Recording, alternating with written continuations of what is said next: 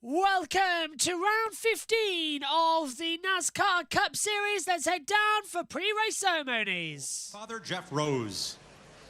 God of power and peace, on this Pentecost Sunday, we celebrate that your spirit is poured out on all people. We thank you for the gift of today. We thank you for the opportunity to enjoy this race here at Michigan International Speedway. We ask a special blessing on our servicemen and women near and far. Keep them safe. Bless our wonderful fans here. Keep our drivers and team safe as they compete for us today. We ask all these things with great faith, hope, and love. Amen. Here to perform the Canadian anthem, please welcome Michigan International Speedway's own Lisa Bascom. Oh, Canada, our home and native land, true patriot love, with of us command. With glowing hearts, we see thee rise, the true North, strong and free. From far and wide, oh Canada, we stand on guard for thee. God, keep our land glorious and free. Oh Canada, we stand on guard for thee. Oh, Canada, we stand on guard for thee.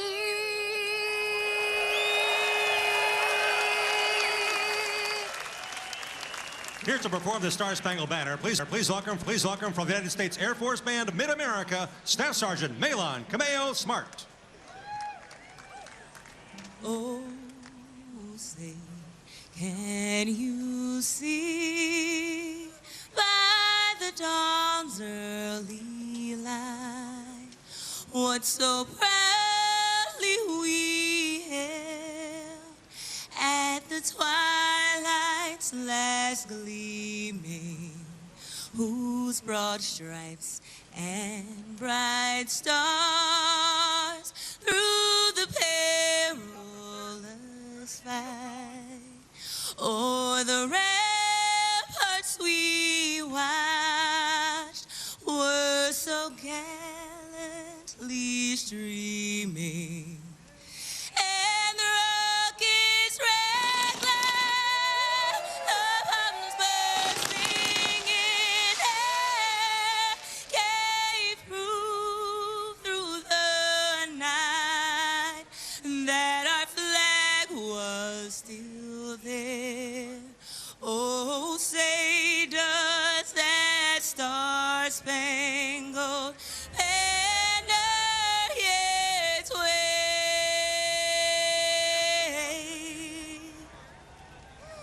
o'er the land of the free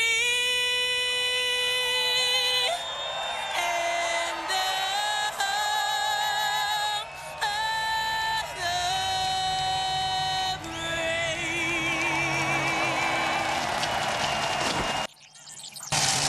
A wonderful pre-race ceremony as we are getting ready for the Cup Series to get underway here, as the green light will be on on very shortly to get underway for round 15 of the NASCAR Cup Series.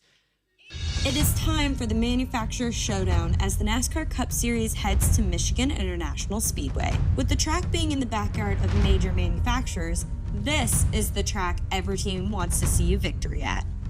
Racing at Michigan is an electrifying experience, not only for drivers, but also for the fans who pack the stands. With the potential for high speeds exceeding 200 miles per hour, the competition is fierce and every moment counts. From thrilling side-by-side racing to strategic pit stops that can make or break a team's race, every lap brings new drama.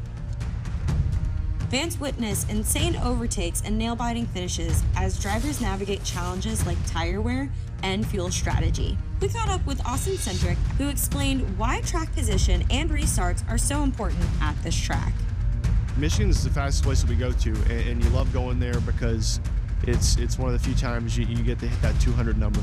It's difficult for a while to run multiple grooves, so I think track position becomes important. You know, there's not a ton of tire wear there, so being able to be good on restarts at that track is super important. And when you're at such high speeds, you know, those decisions are quite tricky sometimes, and maybe a decision that you made going into turn one ends up hurting you all the way, you know, back to start finish line the next lap. So a lot of restart prep, you know, for me at that racetrack.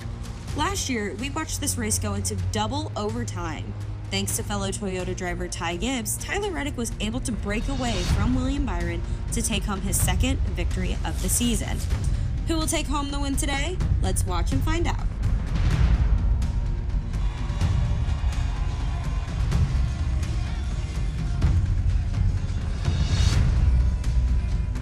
Getting underway then, ready for the start of the Cup Series. We are around about 10 minutes away from the green light going on. Let's send back downstairs, ready to go to Fox. To Prime, I should say. Let's go back down to them. We're live in Michigan, the fastest track on NASCAR's circuit. Chase Briscoe set a qualifying record with a pole speed yesterday of over 195 miles per hour.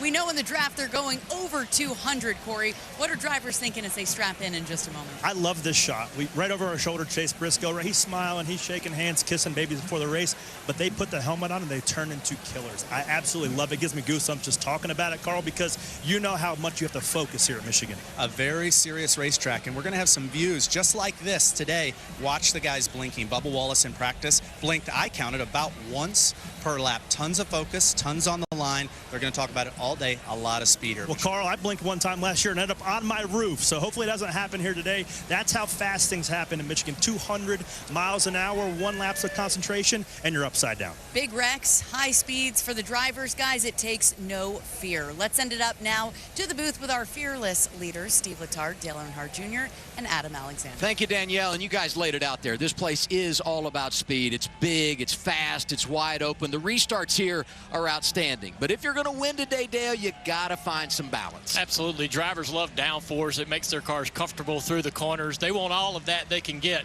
But at Michigan, speed is king. Going fast in a straight line, you're going to need some of that as well. So the crew chief that gives their driver the perfect balance of that straight line speed and the downforce that you're going to need in the corner, that's what's going to help you win this race. Well, that question generates sleepless nights, and those sleepless nights are getting tougher because the summer is here, which means the playoffs are kind of right around the corner. They're looming. They're there.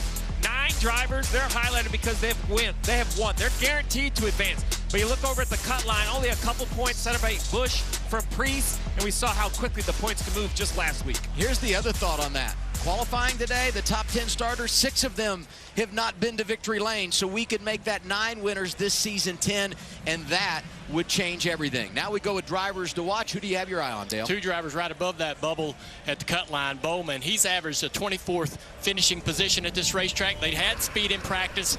If somebody wins a race back there in points, he's on top of that cut line. He needs to have good runs today going forward. Also, Briscoe, 3 poles in a row.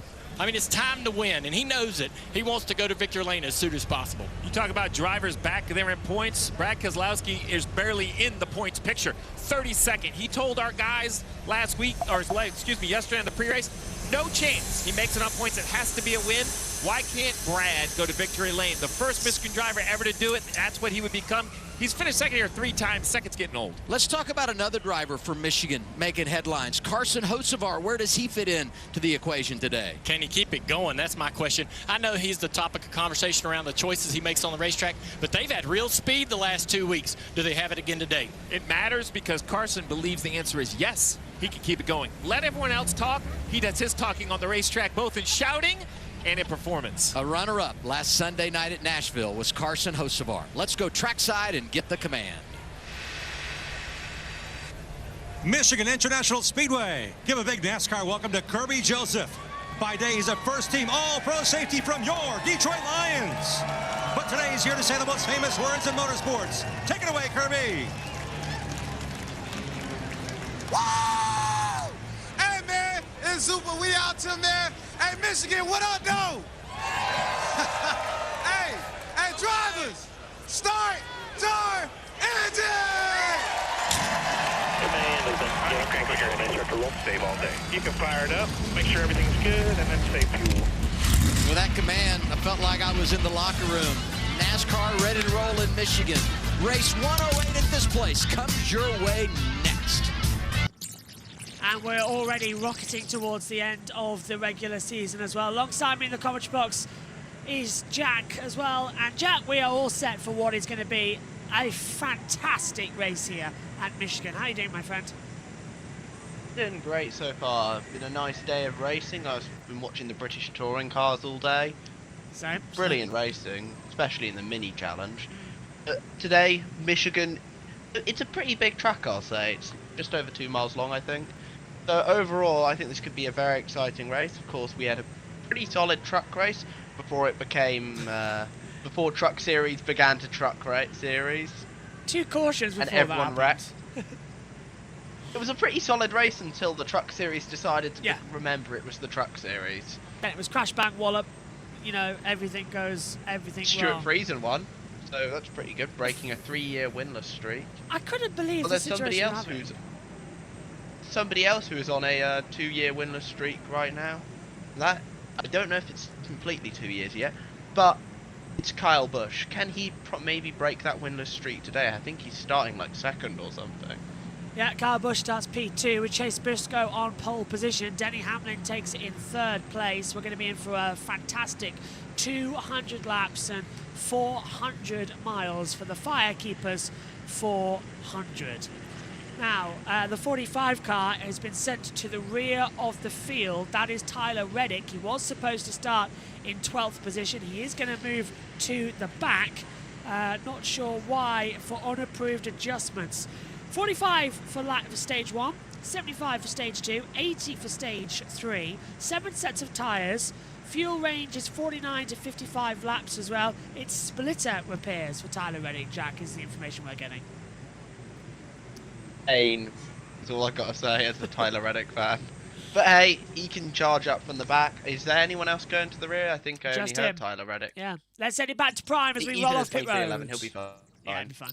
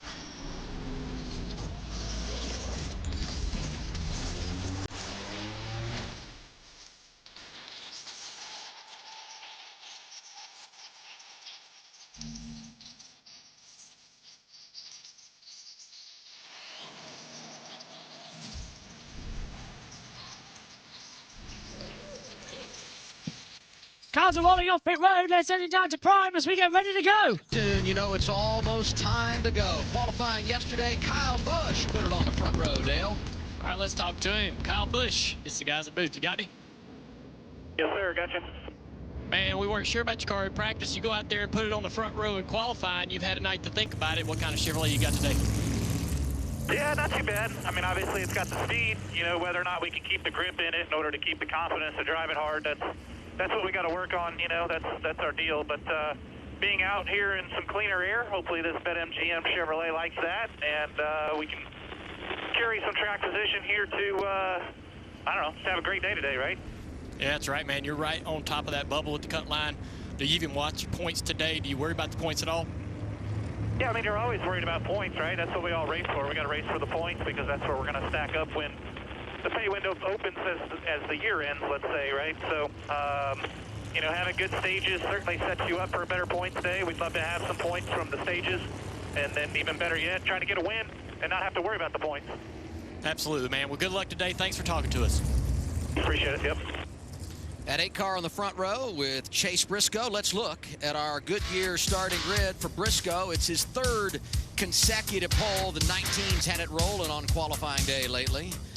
Row 2, you got his teammate Denny Hamlin, 2-time winner at Michigan alongside William Byron, 2nd here a season ago.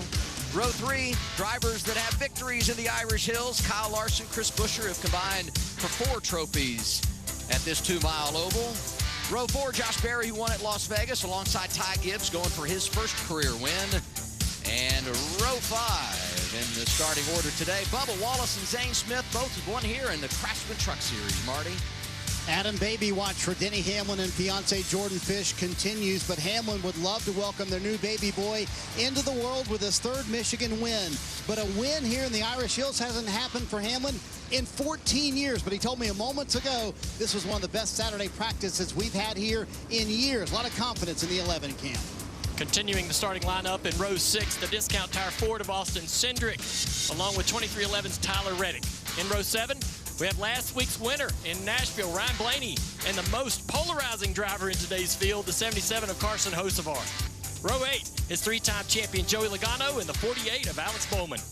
In row 9, another Hendrick driver is the Universe Chevy of Chase Elliott alongside the 10 of Ty Dillon. In row 10, it's Ty's teammate, the 16 of AJ Allmendinger, and the winner from Charlotte, Ross Chastain. Now down to Kim. Well, yesterday, defending Michigan winner Tyler Reddick suffered a left rear tire issue in practice. After the incident, the team had to change a diffuser skirt, and they'll drop to the back of the field for the start of the race. Despite that setback, crew chief Billy Scott said Tyler welcomes the extra challenge of practicing additional cars. They had one of the fastest cars in practice yesterday. This team still looking for their 1st win of the season. Thanks, Kim. Legacy Motor Club makes up row 11. John Hunter Nemechek will start next to Eric Jones, who's from Byron, Michigan, only about 90 minutes from here. Ryan Priest will start next to Cole Custer back in row 12. Row 13, Christopher Bell. 3 wins already this year, but this track statistically is not his best. We'll see what happens today. He'll be next to SVG. Row 14, Brad Keselowski will start next to Austin Dillon. Brad, a Michigan driver, looking for that 1st win here. And Noah Gregson, Ricky Stenhouse make up row 15. Let's head back down to Kim. Well, Steve, you mentioned Michigan driver Brad Keselowski. He's from Rochester Hills, hoping to become the first Michigan-born driver to ever win at this racetrack. Crew chief Jeremy Bolins told me their car drove really well in race trim and had good balance, but they lacked in pace. They qualified in the 27th position. They're going to have a little bit of an uphill battle, but he told me they hope they move the needle a little with adjustments to get more speed out of the car without hurting its handling. Kim, now we look at drivers starting outside the top 30, row 16. Teammates at Spire, Justin Haley, Michael McDowell. Behind them at row 17, 2 young drivers side by side. You've got Todd Gilliland, Riley Herbst. And row 18, among the drivers there, Daniel Suarez, who won here in the Xfinity Series 2016, went on to claim the championship there that year. Cody Ware in row 18 as well. Down to Trevor. Adam, when we think Michael McDowell, we typically think of qualifying. This team has been so strong every week with qualifying, but they feel like that's put them in defense mode. You heard Kyle Busch talk about the balance of speed versus how the car drives. they've been in that more trimmed out version setup. But here at Michigan, with the success of their teammate Carson Hocevar, they felt like maybe they were leaving a little on the table later in the race when they were back in traffic. So they've opted to put a little more downforce in this car. We'll see if it pays off today as this track gets hot and slick. You think about where he is, every race is big. As you look at him in relation to the cut line and going road racing next week, he'll be a player, no doubt about that. Now Okay, let's get ready then. Jack, what do you think we're going to see in this race here today? Who's your eye on and what drama are we going to witness? Oh, my eye will definitely be on Carson Hocevar here. Not only is he the home racer, but he was one of the best drivers in the truck race yesterday. He'll use that extra experience. I think he's definitely one to watch today. First time pole sitter for Chase Briscoe here at this venue as well. He becomes our 53rd different pole sitter. There is Carson Hocevar as well. What a great race he's got lined up. Let's just take a look at it with Ricky Stenhouse Jr. This was back at Nashville last week. A little bit of contact between the two, but it's just been a better race weekend so far this weekend going qualifying practice. That cut line is going to be fun. Go on. It looks like those two have sorted their issues out between them. They were talking in the pre-race show. They did get a call. Apparently, Hocevar did call Ricky, sorted things out. I personally, a lot of people I saw has the opinion that, oh, Ricky came down. I think, is there a reason for Hocevar? And I am a big Hocevar fan myself. But is there a reason to be that aggressive that early? I feel like he can cut Ricky a bit of a break there. One thing we have to explain here, Jack, as well, is the fact that we're going to come into this event, but we are going to have the cut-off for the in-season tournament, which starts in a few races' time. And basically, the cut-off line is down at 30th, and if you're outside of it, you're not going to get to play for that $1 million. Yeah, I mean, I still don't understand the rules for the in-season tournament. I've been trying my best. I mean, if I can understand American football, I thought I could understand this. Clearly not. My brain is just melting reading it. Yeah, it's not the greatest of ease to try and figure it out. So we'll have all the data and information that you need to keep across at this event. Will be in battle screen for the majority. There are starts, restarts, and big moments will come to ComCam. But here we go. 45 laps then ahead of stage number 1. Stage 2 is 75 laps. Stage 3 is 80 laps. That makes up the 200 in total and 400 miles of running. I don't think we'll see too much, Jack, in stage number 1, will we? They're going to keep this one kind of cool. No, we'll be calm in stage 1. Watch this age poorly. And then I think we've got some pretty experienced drivers up front, to be fair. So I think it'll be pretty calm stage 1. And then we'll get a bit more lively. I mean, you saw the truck race last night. Here we go. Calm for the first part of it, so... The Firekeepers, Casino, 400, round 15 of the season. We go green, and it's a good start from Briscoe, but Bush on the inside line is going to try and get the drag on the low line into 1 and 2. He'll try and drag it through. Look at Hamlin and Byron pushing each other around into 2.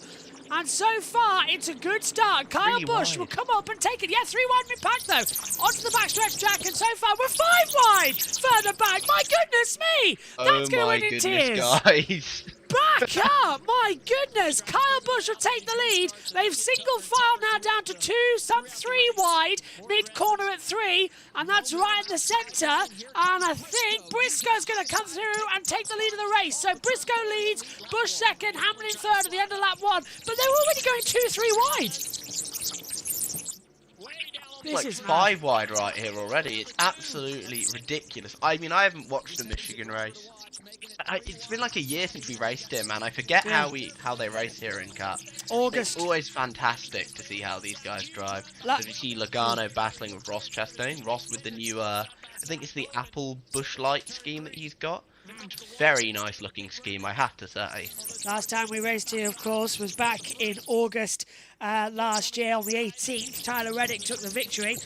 So we've moved back to our June date for this event as well for the first time in a while. So they've moved it further up the calendars. They've reorganised it. Lap 3 already. Briscoe leading, Byron, Hamlin, Bush, Busher, Berry, Larson, Gibbs, Wallace, Hocevar has your top 10 at the moment. Let's move over then to our battle screen on lap 2. And so far, Jack, good start from everybody, and that's what we needed. Clean getaway, get these guys some running in, because they know as well as we do, if we have an early caution here, it sets the precedent.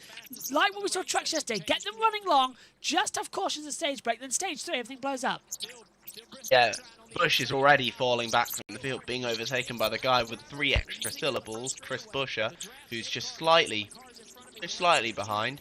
As we see at the back there, I think... Who's the blue car? I can't see. That's, what, 16 in there? Is that the 43, the 9, and the 45? No, that's the 9 I'm looking at. That's the 9 of Chase Elliott. He's falling back. Yeah, he's in a special sort of teal, blue, lime green cross colour this weekend for the Hendrick Motorsport. It's the UniFirst sponsorship on that Hendricks livery this weekend. Kim? Challenge to pass cars. I asked crew chief Billy Scott what the mentality was, and he said, yes, it's hard to pass here, but the last couple of years, Tyler has proved he has the ability to find momentum and pass race cars. Their expectation was to be in the teens by the end of this stage. We're 4 laps in, and he is currently running 19. It's unbelievable. Yeah, so already the changes. We're now taking a look at the 9 car of Chase Elliott having a go at Tyler Reddick, trying to come back down the stretch into 3 and 4, and just taking that little extra switch around, Jack, and coming back in as well. Here comes Ty Dillon. That 45 taking the high line, though. I don't know if Reddick knows that's not exactly the best position to go through, because Elliott's going to sweep through on the inside, and now they're door-to-door over the line. Elliott's going to side draft, taking that air away from Tyler Reddick. Side by side, both of these two have won Xfinity Series titles, obviously. Tyler Reddick, a 2-time champion. And Tyler Reddick is the last playoff driver in any of the series to defend their title. And Tyler Reddick's won here, of course. He won here last time out, actually, by 0.168 of a second. He was one of our last 5 winners. Ty Dillon going down low, making it 3 wide into turn 3. And that low line's got a lot more grip. We saw the truck drivers yesterday taking that line, and he swept past Elliott and Reddick with quite ease. Double the 10's overtake. through. You don't see that every day at Michigan, do you? A double overtake. No, especially not from Ty Dillon, of all people. Great move from him, who's been honestly pretty solid since he joined Colleague Racing. Obviously, with the new renumbered car, he's already doing a lot better than what Hemrick was doing. No, not to insult Hemrick, because Hemrick's he's like a legend, but you know. His best finish here was 11th finish overall. He's had 1 DNF here before, but it's a bogey track for him actually in his 13 starts he's now had here today and looking for some.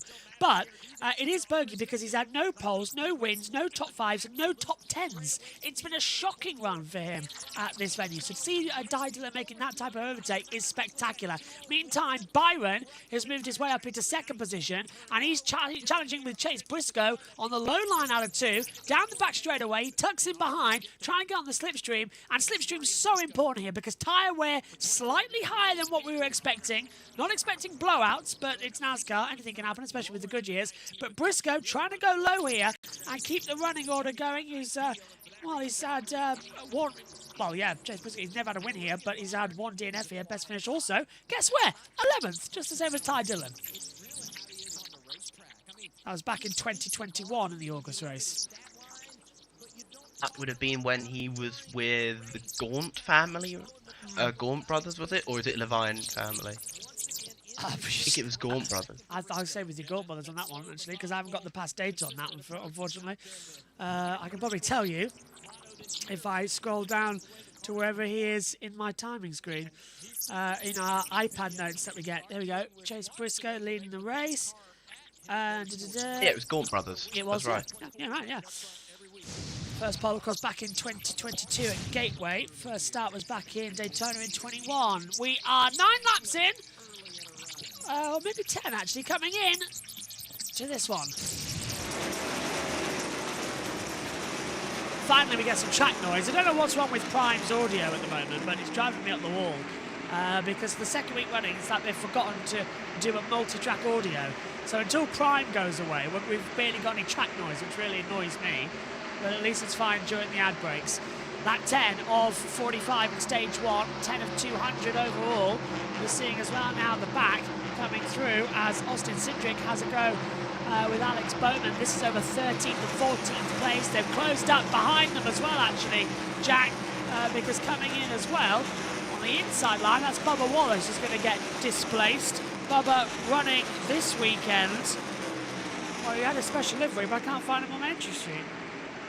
I can get. According to here, his sponsor for this weekend is Columbia. I couldn't find. I saw he's entry 19, but he's number 23, so it was confusing me on the vehicle numbers. Yeah. I had the entry list up so I could see all the sponsors. Yeah, I have it in my hands as well. I select view. See, I've still got an iPad for the basic notes. Well, the notes that NASCAR sent us, all about I think, how many pages they sent us this time? About 500 pages. So that's on the iPad. Side by side. Yeah, that's to the lead of the race. Byron's going down low. Briscoe on the backstretch looks a bit unsteady. He was trying to move in to go behind. Byron's going to take the lead of the race then and shuts it down low into 3. Byron can control this. This is the type of circuit he thrives at. I'm surprised that Byron hasn't won more this year. He only has that Daytona 500 win. Yeah. But he's been pretty deadly consistent. He nearly won at Charlotte, but then again Ross Chastain existed, which isn't necessarily a bad thing. Getting Ross Chastain his first crown jewel is certainly not a bad thing, for sure. Well, taking a look at Byron's results here as well, he's 11th start, but he's had 2 top 5 finishes, 3 top 10s, only DNF'd once here, and best of 2nd place. He's just trying to go one further. He doesn't do too badly here. He is locked into the playoffs, as we know. And we did go through a phase where BBB was winning. If you had a B, you would win. Byron Bell. That got broken early on in the season.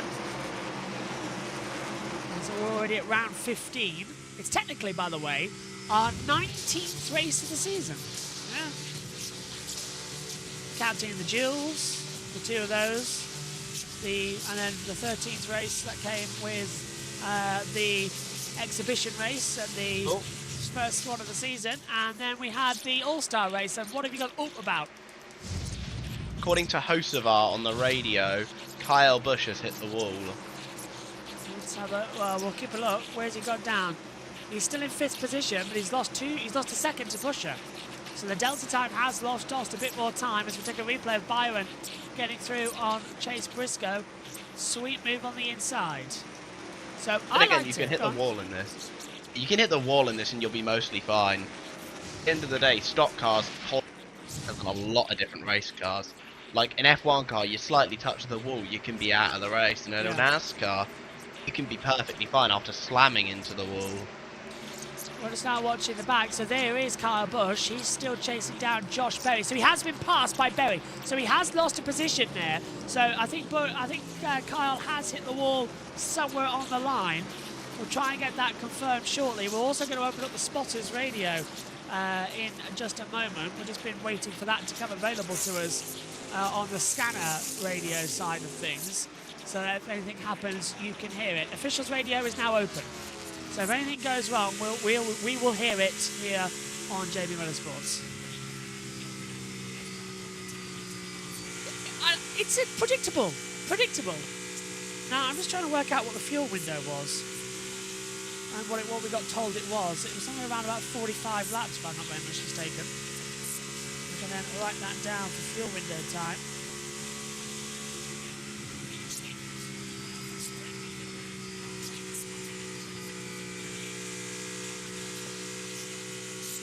Still, do you know one thing I'm surprised about, Jack, actually, about this track? It is a yellow breed yellow situation. I don't think we've ever seen a circuit where if you have an accident, it will trigger the pitbull effect to have more and more cautions. They're never one or the other. Yeah. Busch is still there as well. Slowly losing time. I think it'll be Ty Gibbs who catches up next. Here's Buescher, by the way, right on the back of Chase Briscoe. And right to the inside, actually. Briscoe, who doesn't seem to be able to get the same grip that Buescher can produce in that Ford. Speaking of a manufacturer, though, there was some news earlier. I don't know if you've covered it. Haven't, no, go on. That Ram will be joining the Truck Series from 2026 with the aim of getting Dodge back, or another Stellantis brand, into the Cup Series. So we have a Stellantis brand in NASCAR for the first time since 2018 when they ran what we now know as zombie Dodges. None of them ever won a race. I've got the official press release here. Ram will join the field for the 2026 NASCAR Craftsman Truck Series, ending a 13-year break and unveiling a new Ram 1500 concept. They say, for more than a decade, customers and our dealer network asked about getting back into NASCAR. The desire was always there, but we didn't have a plan that delivered the last 10th, and following just didn't fit our DNA. So now we have a solid plan that will set us apart from the field and will bring fresh new interest and engagement to America's motorsport. Fantastic. And I'm super excited to see that. If you want to contact Ram Brand Global Communications, Nick Kappa is your man as well. I'll phone him up right now. +1 brackets 248 close brackets 202-8039. Yeah, I'll phone him up right now. I'll tell him what team you're running with. They're apparently aiming to get about 4 to 6 trucks for Daytona, apparently. We've got a highlight reel. Oh, we do. There's a highlight reel that we can show. Oh, that's nice. That's super cool, I know.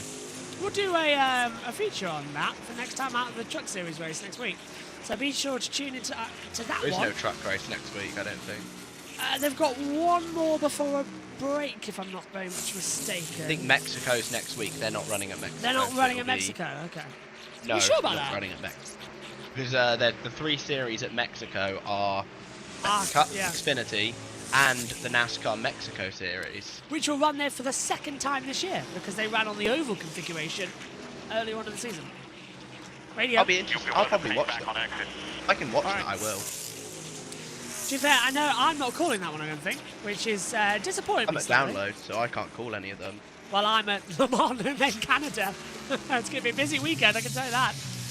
22:45 then. We are halfway through stage 1 of the Firekeepers Casino 400. So Byron, Busher, Briscoe, BBB leading the way as it has been in the NASCAR race nearly all season long here. And Hamlin continuing that charge, now 2.2 seconds behind at the moment of the Delta. Oh, my word. He's not started holding back. 6th or something, already up to P2, and he looks right on the back of Byron. Can RFK get their first win of the season? He's not going to hold back, is he?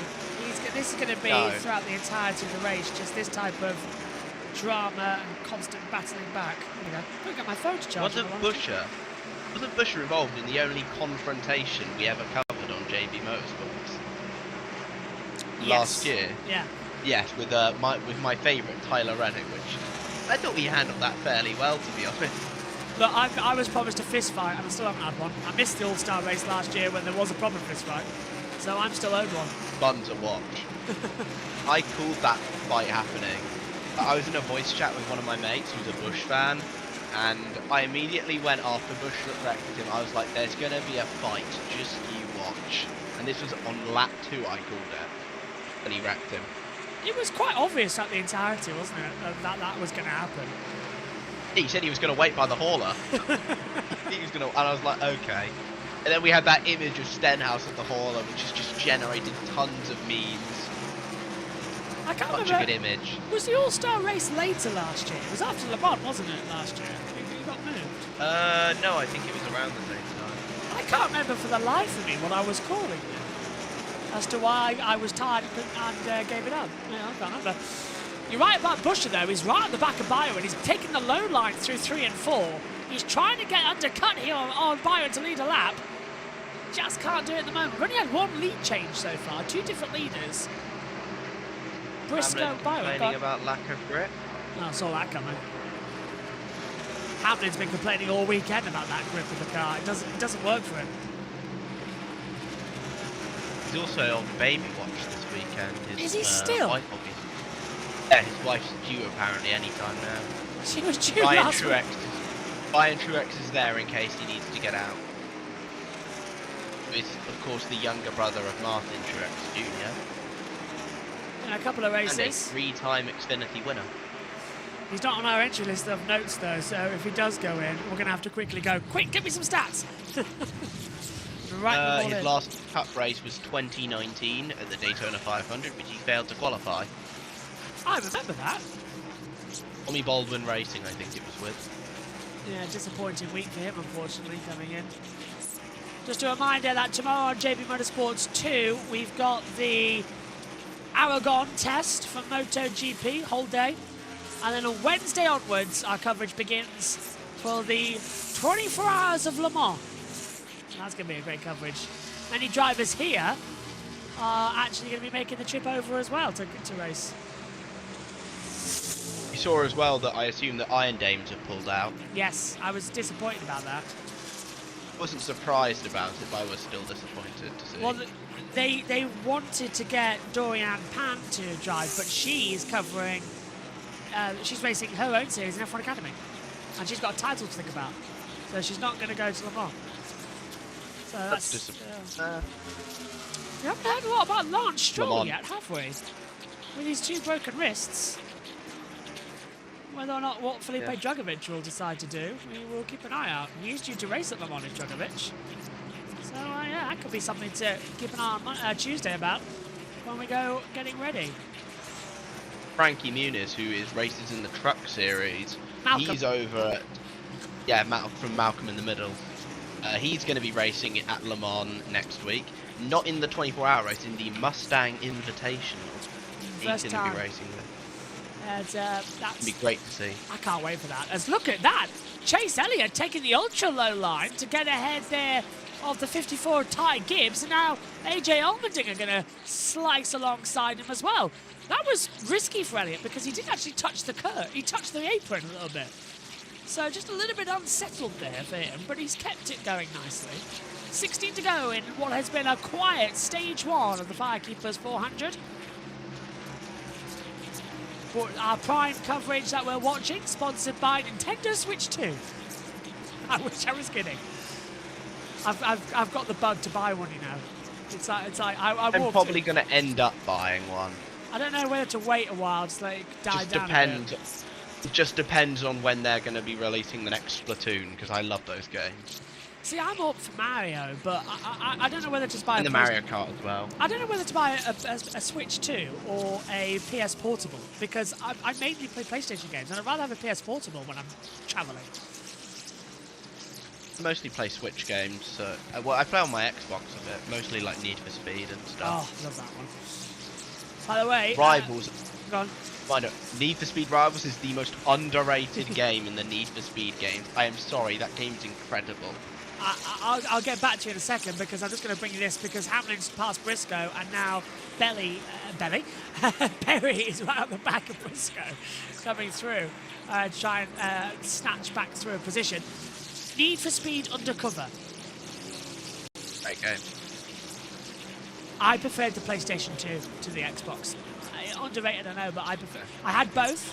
I played PlayStation 2 as a kid, then got it on 360, and I was like, this is rubbish. Much preferred the PlayStation 2 one. Many a good time spent on that game. And Test Drive Unlimited. Oh, Test Drive Unlimited was the... Oh! Can someone please tell the Need for Speed developers how to make good games again? Though? Yeah. Do you know... They've not made a good game since Rivals, I'm sorry. They haven't. I really miss, and I'm sure everybody watching, I'd love to, as we just in a little bit of a hold here, I would love to know, when you were... Do you miss playing games as a kid? Like Test Drive Unlimited, Need for Speed, where you didn't do the missions, you just drove around the city. I so miss it. What I do in Need for Speed, I just drive around the map. It's just so much more fun. Get chased by police for fun. That's exactly what I do. Oh, I had the steering wheel as well for Need for Speed on Undercover. I had the wheel, so I was drifting, I was driving. Oh, so much fun. Just quickly seeing the one of Ross Chastain going round, and the 99 is in the pit lane. Let's go down. Points in every stage we've had. 99 is in, Trevor. Yeah, the 99 recorded a vibration, thought it might be a little bit of rubber buildup, but obviously that issue escalated to the point he needed to come down and get 4 tires, see if they could fix that vibration for him. We saw some left sides go. Yeah, and that's in the 99 sponsored livery car this weekend. Daniel Suarez with the jockey Infinite Cool underwear, which means he's got a naked man on the side of the car. team, I was like, oh, why did they bring that back? I think it was horrible. Scheme. It's so bland. Reminds me actually of a time in Monaco where there was a perfume ad and it was a young Japanese girl as the model just above at the exit of the hairpin down towards Portier, and there was just a woman, large female face, and the drivers actually said, could you please take it down, it is distracting us. The drivers actually, this was back in about 2008, 9, 10, it stayed for a couple of years. Finally they took it down, and all the drivers complained that they'd taken it down. But for a couple of years, the first time it was put up, they complained about it, and then they complained when they took it down. So that was the drivers for you in the early days. No, you can never win. Side by side, and this is the 17 of Chris Buescher getting through on the inside of William Byron for the lead of the race, and you can hear from our race officials chat, the 17 is now the race leader here with 10 to go in stage 1. Buescher back to the lead, our third leader of the night. Buescher, of course, has won at this track in the past in 2023. He managed to hold off Martin Truex Jr. to take the win there. It was a pretty impressive driving. I think it was 2 consecutive wins, if I remember correctly, because he won Richmond as well. Yeah, back to back. And it was 0.152 on the line. Yeah, it was a really good race. And not only that, of course, this would be his first win since Watkins Glen last year, with that incredible battle with SVG. That was my favourite finish of the year. I do not care what anyone says, all the photo finishes, that one was my favourite. I missed that one. I love road course finishes, like epic road course finishes. They're so good, because they're so rare. If I remember, I was in hospital, so that's why I was in there, actually. Yeah, you were covering British touring cars at is it Brandpan? Yeah, then I was rushed to hospital. So I missed the best race of the year. I haven't told Tingram yet, actually. I need to tell him. Kansas was the best race of the year. We missed that though too. Did we? No, we did Kansas, didn't we? Oh, not last year. Oh, I can't remember. Not last year. So we weren't covering, so I was on call with a friend who had posted our reactions to YouTube actually. So it is up there. I know JT covered the last lap at Talladega 1 last year and posted that separately. With USON. Who won? Oh, wasn't that where Michael McDowell pulled off the greatest Logano block of all time and just gifted the win to Tyler Reddick? We've got some love in the chat. Adam Lemrich said, played Need for Speed Rivals and Undercover and Test Drive Unlimited as well. They were such good games. Rivals is so good, even it looks on par with games now. It was, I don't get what. It's so much fun. And the thing is, like, most Need for Speed games, you're driving like these modified like muscle cars. Yeah. In Speed, Need for Speed, your Rivals, you're driving like these hypercars. Like I always drive a Koenigsegg. Do you know, I'm sensing getting my PlayStation 2 out, hooking it up to the broadcast systems, and doing a stream. You know, I used to stream gaming. We need a games channel. We are planning an esport thing for JBMotorsports as well to get some F1 leagues and etc. etc. As also Nathan says, the game I remember playing the most was Bill Elliott's NASCAR game for the original NES. And Days of Thunder for the NES. Oh, I played Days of Thunder. We've got an NES in the back of the commentary box, actually. Although, God forbid where it is, we can't find it. You won't believe this, by the way. The French Open's just gone to a tiebreaker for the final set. Matthew Owen said that, I don't know, hello to USON if we are there. I don't know if we are or not. Because apparently Matthew said we've worked it out. So I don't know if he's finishing the end of the tennis or somebody else is taking the tennis. I don't know. So if we're on USON right now, hello. Well, Matthew possibly covers the tennis. Lap 40. 5 to go in stage 1. The best I can do is check his Twitter to see what he's tweeting. That's true. He's probably, if he's moaning about the race, we know he's there. Look at that flat. My goodness, that was Suarez's tyre. He did go down. Somebody was complaining about vibration. He's got through the first layer.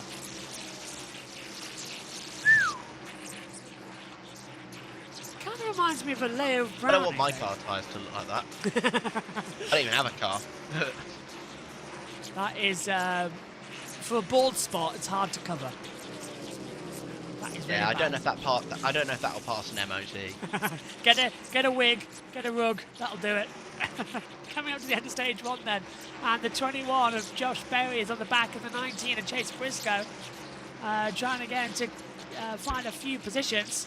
We are about to have our first caution of the night, though, and it's going to come in stage break. Just like yesterday in the Craftsman's Truck Series race, stage 1 just went under okay, so did stage 2, and it was stage 3 where everything really blew up.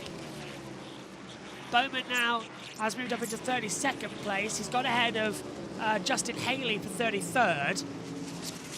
And yeah, looking good. By the way, anybody notice how much more energized myself and Jack are in the commentary this week for NASCAR compared to the previous 2 weeks, where we've been at God knows what o'clock after covering all day? Might be the difference for me here. Yeah, it's like, yeah, we're fine now. Yeah, caffeine for me is going to be the difference here. Because I stayed up late watching the UFC last night, so... I've been producing all day. I've been a one-man band. I've done apart from Omi, who's done Frecker, the 2 races there this weekend. I've produced every stream. Is this the last one? We've had MotoGP and BTCC, right? Yes, yeah. They were our 2 races. Who won the Moto2 race? Dennis Onchu by 3,000 of a nice. second. By 3,000 of a second. Closest finish in Moto2 history in this era. You're telling me I missed that to watch British touring cars? Well, if it helps, I've also missed it because I wasn't on the commentary for the end of the race. I had to give it to TNT to come with the touring car, so I missed it too. I could hear... I'm watching this finish, hold on. I heard it in the back of my head as well. All the running order. Hello everybody in the comment box as we switch back now for the end of the stage, and then we'll go back to full screen cams. The flag is getting ready. It's 1 to go. The green checker's coming out. It's going to be Chris Buescher who's going to get some stage points once more here in the NASCAR Cup Series in 2025. He took a couple of stage races earlier on in the season. Bit dormant. Now he'll come back up again. Byron's going to lead on 582 to Larson 529 with this points-paying positions. Green checkered is out. Stage 1, uneventful but clean running. And it is Chris Buescher who takes the green checkered. Byron 2nd, Hamlin 3rd, Briscoe 4th, Berry 5th, Blaney 6th, Larson is 7th, Wallace 8th, Bush 9th, and Hocevar takes 10th. Put it out on the board. That concludes stage 1. Put it out, put it out. I love that, put it out. Put it out. Stage 1 complete then, and it is a stunner because it was uneventful, but some good running on the board. Chris Buescher is the winner. Hines means stage points, I think it's safe to say. What a great... I think Alcaraz is going to win this French Open, by the way. He's 5-0. He's 5 love up right now on Sinner in the tiebreaker. He's going to win this, I think. After coming from 2 sets down, that's mental. Also, I did just see the Moto2 finish. Good, wasn't it? Although they were elbowing each other at the line, that's brilliant. I love physical racing. I watch NASCAR, so I love a bit of beating and banging like that. Not to mention how impressive the overtake was from Onchu. Switch back and a half on the inside, yeah. I know what you mean. Around the outside at that corner, absolutely mental. In fact, we had a great Moto 3 finish as well, I'd like to point out.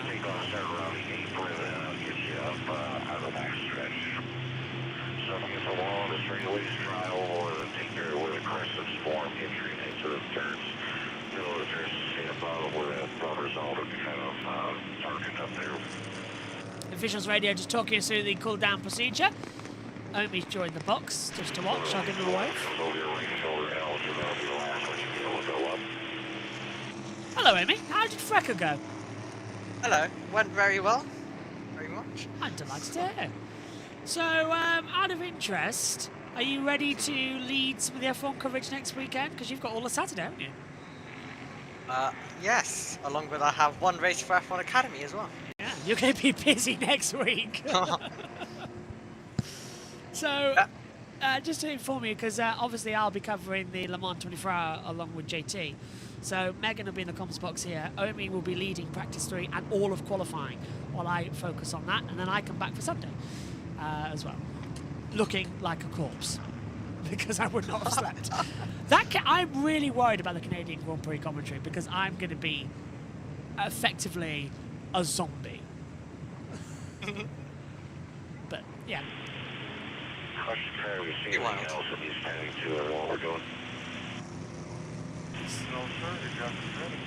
Really hear the official radio today as well. That's a bit upsetting. Apparently that was Dennis Onchu's first Moto2 win too. 2 first-time winners today as well, coming up on the board, which was great news. Yeah. Can't remember who won in Moto. The hundreds in the Moto. I can't remember who won the Moto 3 race now. On top of my head. It was. I hope I'm pronouncing your name correctly, by the way. David Munoz. Oh yes. You got the Munoz right. 500. Yeah, David Munoz as well. Yeah, you got it right. Yeah. That's his name. Right, let's go down pit road and join Prime. And it's going to be a busy place. Pit road is open this time by. Busy, biggest pit boxes, square footage-wise on the entire circuit, so that's not an issue. To be honest, it can almost be a detriment. As a driver, a lot of room to get in, going to really hit your sign. If you get lost a few feet either way, you can disrupt the entire pit crew, especially that gas man who's going to have a busy job. You're going to need both gas cans, so he's going to have to go back and forth to the wall a couple times. We'll see if the decision's on pit road. Everybody's going to take tires. But how much fuel? Do you wait on fuel? If you want to be full, you'll absolutely have to sit in your pit box. If you want some track position, you can gamble and leave not full. Denny Hamlin comes in third. And an outstanding crew when you talk about going over the wall and getting it done. Here they are, Kim. And for William Byron, he said the balance was free and clean air, wagging the tail, but the tight behind Buescher, you see him at the top of your screen, fresh Goodyear tires, a chassis adjustment. Chris Buescher there in the middle. He said it was a little free on exit in the run, but then once he got the lead, he did not want any adjustments. The balance was good. Scott Graves saying, you're going to wait on me. You see them waiting on fuel, Marty. Yeah, just like Denny Hamlin predicted, they were outstanding on the long run, but he told Chris Gale, we can be even a little bit better. I could use just a little bit more grip, especially at the end. He leaves almost with the fuel can. That's going to be close, Steve. I'm not sure if it left the stall or not. And he comes out behind Ryan Blaney, +5 for the 12, last week's winner. Carson Hocevar, great work, jumps 7 positions. Buescher fell 3 spots in that exchange. This is tight. We'll evaluate when we come back.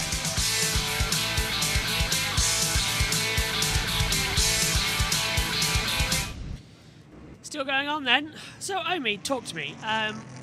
What's next on the support calendar for GP3's Freckers, Tizer 4? Where are we off next? We're going Italian F4 next in about 2 weeks' time at Monza, which is going to be a crazy race, as it usually is. So yeah, we're going to get a lot of that, and I'd say, as we're talking about Italian F4, I think it's worth mentioning Sebastian Weldon, if we're discussing this in an American race as well. But yeah, Sebastian Weldon doing quite well at the... I'd say he's around the second best driver on the grid with what he's displayed so far, if we were to give a rating. Well, I think everybody feels the love with Sebastian Weldon as well, coming in. Is he related to Dan Weldon by any chance? Oh, really? Wow. Yeah, it's his son. All grown up. I like seeing a lot of these sons of racing drivers become racers themselves. It's quite nice. Alcaraz has officially won the French Open. We're back from 2 sets down. That's impressive. Super, super impressive. We're still waiting to find out what our plans are going to be for Wimbledon with Matthew Owens, whether that will be on JBSportsXtra.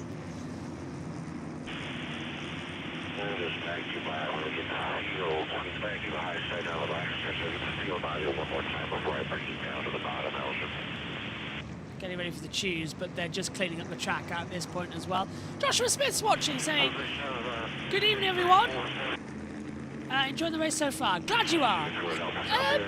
Too many Joshuas around. There are, I know. Question for you, Joshua. Are you off to Le Mans this year? Are you camping again? Because I know a couple of years ago you went camping, and last year sadly you couldn't. And you missed it like crazy. Are you going this year? Do let us know. Our coverage starts on Wednesday. We were going to cover the test day, but then we found out that there wasn't actually going to be as all running things, so we couldn't. We decided against covering it. So yeah.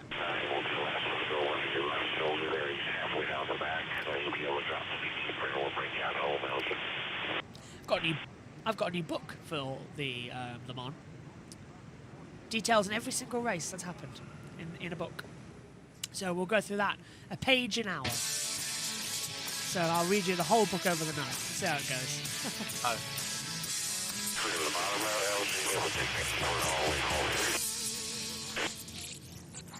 Let's go down to the pits. Busher has impressed you so far.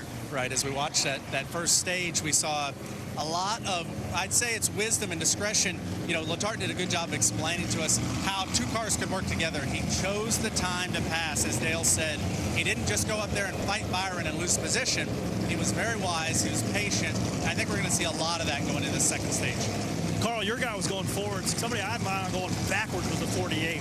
You see this big hot red dot that just poked out above us? The conditions haven't been this hot all weekend long, and the 48 screaming, you expect me to go 200 miles an hour and this thing's wrecking? Fix this thing. So Blake Harris, his crew chief, first shot of adjusting that 48 car. Really interesting point, Corey. It's been mild and cloudy since we got here to Michigan on Friday. Right before the drop of the green, hot and full sun. What is happening to the track right now? Well, Dale pointed out, 21, Josh Berry, you know, that's a car wasn't even on the sheet yesterday. These guys are feeling something completely different in the car than they felt all weekend. They're driving down into turn 3, slick, slow, the rear's up, as Steve described, puts the balance to the front, really tough to drive, and the guys who banked on this and adjusted for it are winning. Yeah, and you see, we talked about downforce and trim. The guys who put some downforce in their car, made their cars soft and quiet, are the ones that are chipping their way towards the front. Adam, the drinking word for stage 2, strategy, is going to be all over the place. Yeah, no doubt we'll be following it up here. Yeah, strategy, because the fuel window, Jack, between 49 and 55 laps, and it's a 75 lap stage. Well, admittedly we're 5 into it, but still. That's a 70 laps where we're going to have to think about possible green flag pit stops, and we've gone green so far all day. It's going to be a biggie, isn't it? I love when we go green for long periods of time more than anything. Yeah. Because for me, I don't like tons of cautions, so it's going to be interesting. It's going to be interesting to see what strategy comes out of this.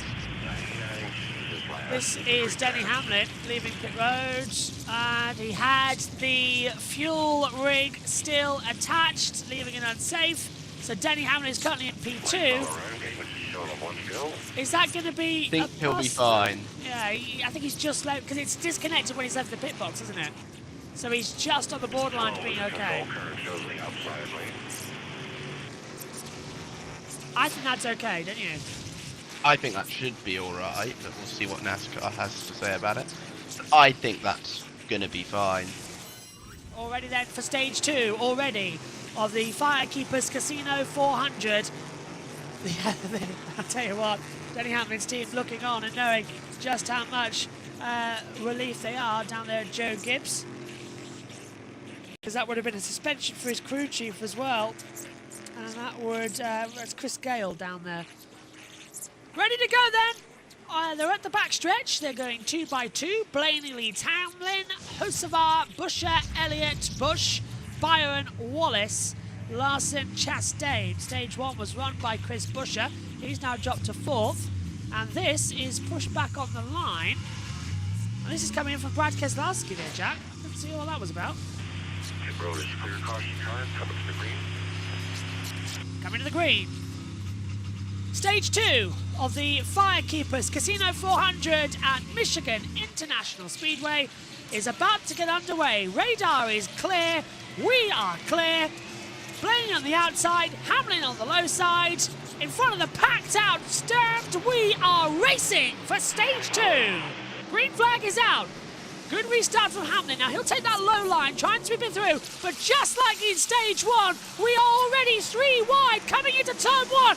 Blaney's out front with Hamlin down low. 5 wide further back as they come into turn 2. It's high wide with 4. That's going to get a little bit dicey if they're not careful. They just don't make it through on the backstretch, but it's 3 by 3 by 3 by 4 in the centre of the field, Jack, and that's going to cause problems when we get to 3 and 4. Yeah, we got so many 3 wides at the back. Look at Hocevar. I think that might be going for the race. Oh, and look at Elliott. Oh, Elliott. sliding up the track, Busher. Yeah, and that was pushing Elliott up as well. And Byron in trouble. So he's dropped back down the order. Blaney's got it. Hocevar's taken second. And look at that. 4 wide as Elliott dives through the middle with Byron. Hamlin got out wide, and Hocevar looked like he was standing still into turn 1. And now Chase Elliott takes second. Fantastic! One of the moves of the season. He looked like he had a rocket, like in Mario Kart, shoved up his back. I know this race is sponsored on Prime by the Nintendo Switch 2. I didn't expect actual Mario Kart tactics. That was spectacular. And look at how Brad Briscoe, he's just dropping back and back and back. Unbelievable! You have blue shells, that means.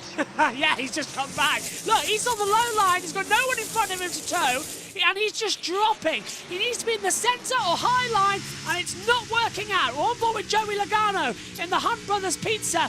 First time we mentioned Logano today. He's so far back. He's out in 15th position. He's looking at the battle on the backstretch, looking ahead, and it's getting absolutely crazy. As round the outside goes AJ Allmendinger. And now I think a 2-lane file starting to come out here, Jack, and that's what's needed. Okay, I thought I'd let you know, by the way, we have an official rate where it will be called. 9 PM Eastern time would be the limit for darkness. There's no rain on the radar though, so he should be good to go for the remainder of the race. As Joey Logano gets passed by, who's in the 4? It's Gragson and is that Nemechek, I think? Yeah, look at the low line. Look at how much sweeping through on the inside they cut through. That's the 4. Coming back up with Noah Gragson just getting straight by Bell. And the 43 taking the 21 as well. So Eric Jones taking Josh Berry, Tyler Reddick's taking the high line. And now look at the 43 just losing pace. It's all about slipstream here, Jack. It's all about the traction. You get out of the tow here, you are massively done. This is Bubba. And this is the battle for the lead. Guess who's taking it? Chase Elliott dives through and takes the lead of the race. There's confirmation. New leader on the front. Oh, this is spectacular. Alright, I've got to hop down to my downstairs PC now. You can cover for a bit, I've got it. You can, be back in, 3 minutes. So Hamlin in trouble there as well. Coming up high is Ross Chastain. Carson Hocevar in this little battle as well. Chase drives like his dad, says Nathan. Genius in maths. Nice to see you. Nice to have you here. I wish I was a genius in mathematics. With all this data, I'm sure you'll feel right at home. Benjamin says not on TV, it's on Prime Video in the States. Oh, big slide for Denny Hamlin. Coming out of turn 2, Bubba Wallace nearly slams into the back. Busch is in there too, and now they're all slipstreaming back. And now Kyle Busch getting a push from Wallace. Larson gets the traction back to say around the outside of turn 3. Superb maneuvers between the two here. So it's all about traction. Tyre wear is critical, and I've got a feel that it's coming into factor here. Who's saving fuel? A little nervous first time in. Welcome, pleasure to have you. Absolutely, don't be nervous at all. It's motorsport fans watching a race and doing the commentary. You're in the best place. Hope you enjoy it. Right, a little bit sideways now. Hamlin steams through on the inside line, gets ahead of Eric Jones. Eric Jones is now just dropping back massively. Coming up to 38, and Zane Smith with Josh Berry, AJ Allmendinger. So this is over. This is down. We're looking from 8 down. So for Bubba Wallace down, that's where we're looking on the timing tower. On board with Zane Smith in 13th. Got Hamlin just ahead and sort of blocks him off. I mean, Omi, I know you're not the hugest lover of NASCAR, but this is actually the best racing we've seen in a while in terms of wheel-to-wheel action on an oval circuit. Yeah, absolutely. Single-seaters more by style of the contact. 4 and the 42 have gone around. That's Gragson who's gone off on John Hunter Nemechek. The caution is out. So that is off on the back stretch. Both able to continue, both with flat tyres though. So that is the best news, that neither have hit the wall. It'll be a short caution. But John Hunter Nemechek for Mooresville, North Carolina. Let's take a look. Well, I think Nemechek got wide out of 2. Then, yeah, Nemechek gets loose, and then Gragson just spins to avoid him. So, synchronized spinning. Oh, did I miss a caution? Yeah, there you go. Nemechek and Gragson, alright. Nemechek hit the wall, Gragson spun to avoid him. Both just flat tyres. But Gragson has hit the front and rear of his car. 2 flags for Gragson coming in as well under the caution.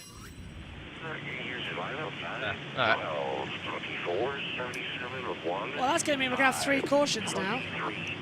Get them out the way earlier in the race than later. So, sorry about that. Switch to the other sport that I've now got on my TV, which is the Nations League final, Spain v Portugal.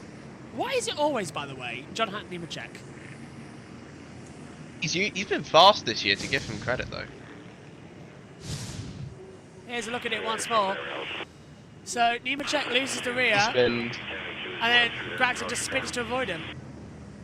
But Nemechek's already damaged the rear, so he slams into the wall twice. Yeah, Gragson shouldn't have any damage, I don't think. Nemechek will have a bit. I think he'll be fine to continue though. So that already confirms 3 cautions. Last race we had 7 cautions. This time last year? Well, actually, not this time last year. Last year's race.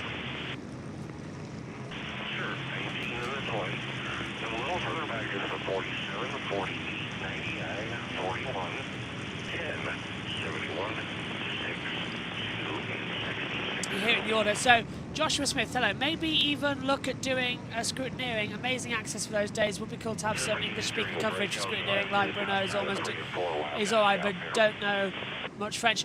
We're looking at doing so much. We will do scrutineering as well. We'll broadcast the whole day. We are looking at doing so much with Le Mans next year trackside. Bernie says, with the cars that they have got and going to Prime, NASCAR should shut doors. Yeah?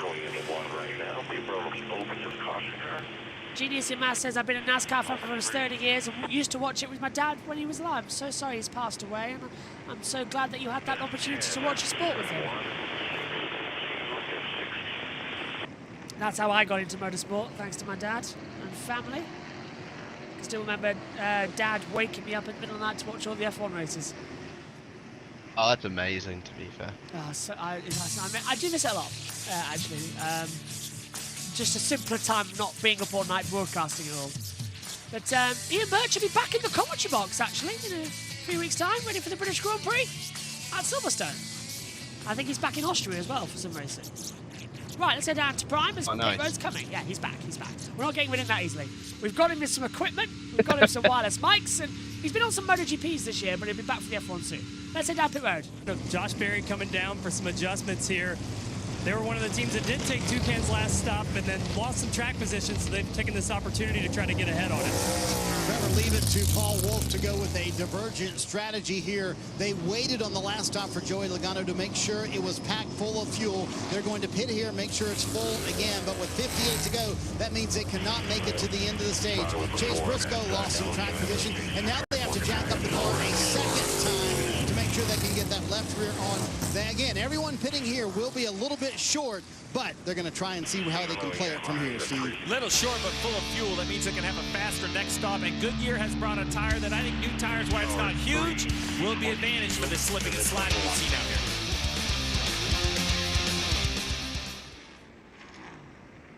here. $18.75 in stage 2.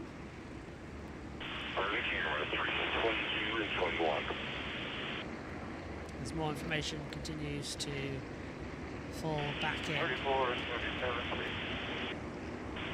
34, 47. Tower 34, then the 47. For the camera 34, then the 37. I'm a little bit disappointed, Jack, that we couldn't get a stage full. Do you know what I mean? Right. But hey, things happen. We'll be able to get.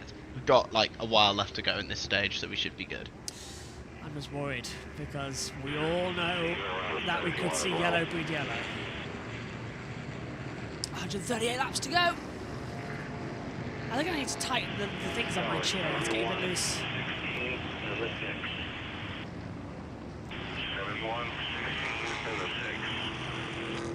It's our NASCAR officials with the yellow flags are out. By the way, just want to say on stream, pleasure to have you as a subscriber, genius in maths as well. Nice to have you. So, several drivers reorganising themselves right now. Chase Elliott is the leader from Blaney, Byron, host of our Chastain. How many laps to go in this stage? That's a question I need to ask myself. Not that I can easily ask it either, really. Look. 57 laps in this stage. A couple more under caution. Fuel window, 49 to 55 laps. Those who just stopped for fuel, Jack.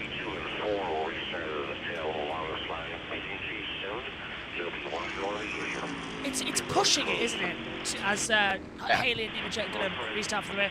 It's pushing it, they can make it on fuel, those who just stopped. They probably will start They might just be able to make it. Are they going to be praying for a caution again? Just to get more laps Possibly. at high speed. Ooh, running on fumes in this one. But a good race is shaping up here. Now, we're 52 minutes in. And JT, if you're listening, we await you joining our broadcast. Where he has actually been in a NASCAR race today. Euro NASCAR at Brands Hatch. He's been at this weekend. I'm glad he wasn't there yesterday. Oh, he might. Oh, the Goodyear blimp is here. Let's head down to Prime.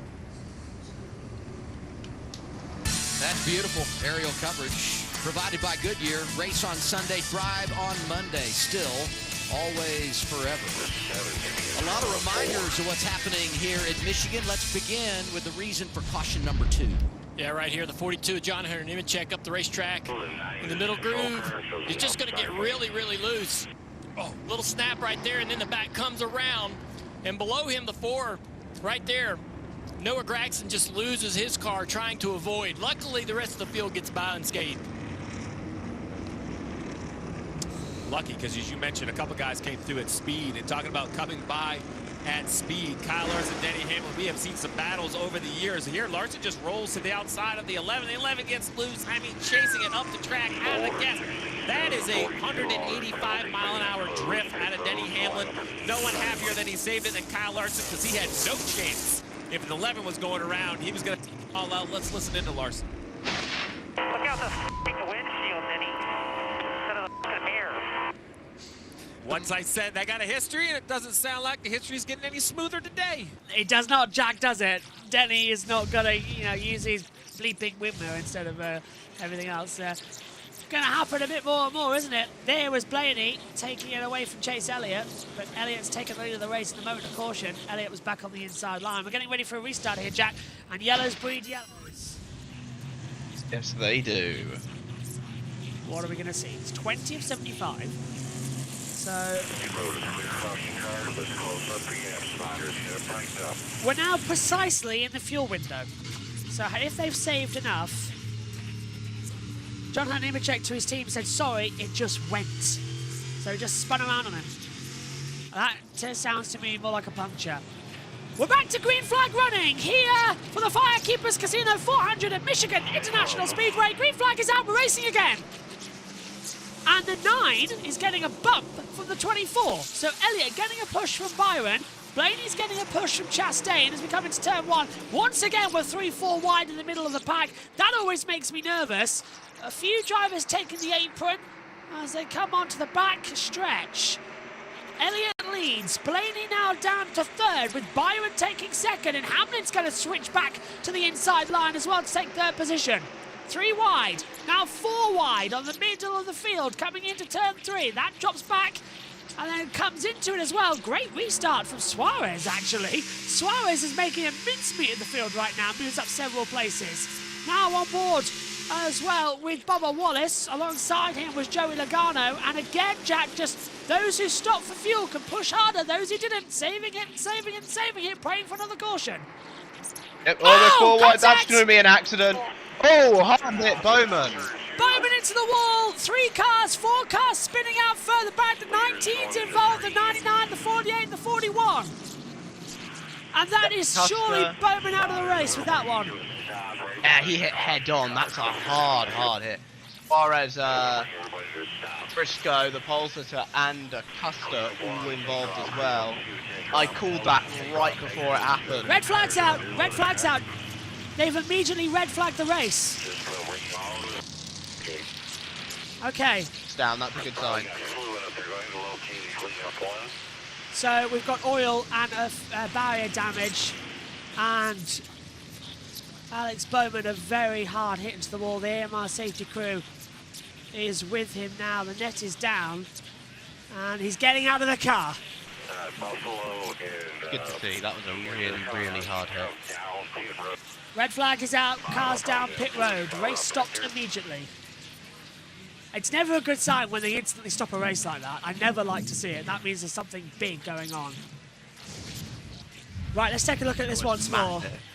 So, it's Cole Custer. Looks like Suarez just squeezes the 41 into Cindric, and that sends them all around. Cindric, yeah, there you go, bang. Cindric into the side, and everyone caught up in that. It's the Racing deal. 19, 41, 48, 99, and the red flag is out. The race is stopped. Yeah. It's enough that it hasn't gone red on our timing monitors yet, but it is a red flag. They have called that from race control. This race is suspended. Oh! It's such a hard impact for Bowman. Display the red. There's no slowing down time at all there. Straight into the wall at like 200 miles an hour. I think the red flag's out. Spain. Yeah. And Spain have taken the lead in the Nations League final. I don't know. I think the red flag's out because it must have triggered some sort of sensor for that. That was, as you said, that was 200 miles an hour straight into the wall. There was no slowing down on that at all. That was a huge and heavy hit. So the drivers have stopped on the start-finish straight. They are on the entry towards turn 1. Larson's just moving ahead of Blaney there, as the track needs to be cleaned up, safer barrier needs to be repaired, and cars need to get out. Well, officially, this oil.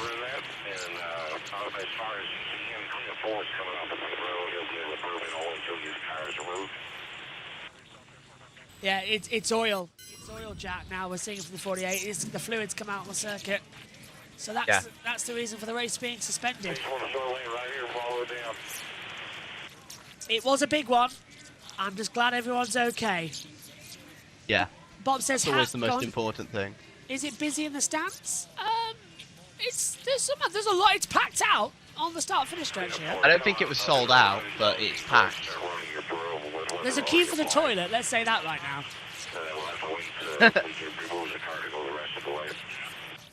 Look at what they're doing, by the way. They're putting sand onto the racing line here in a strip, so they're covering up the damage to the surface.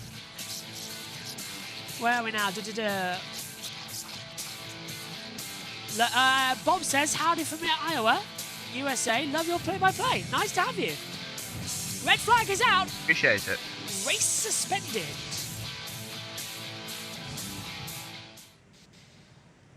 I do like that truck, actually. I've never seen that before in NASCAR. Sort of a strip being put down exit 2 with the sand. I quite like it. It makes a bit more sense, doesn't it? Instead of getting the buckets out, just get one single thing out. So it's the 2, the 19, the 41, the 48. 48's out of the race, by the way, official now. And the 99 is Suarez. No surprise there at all.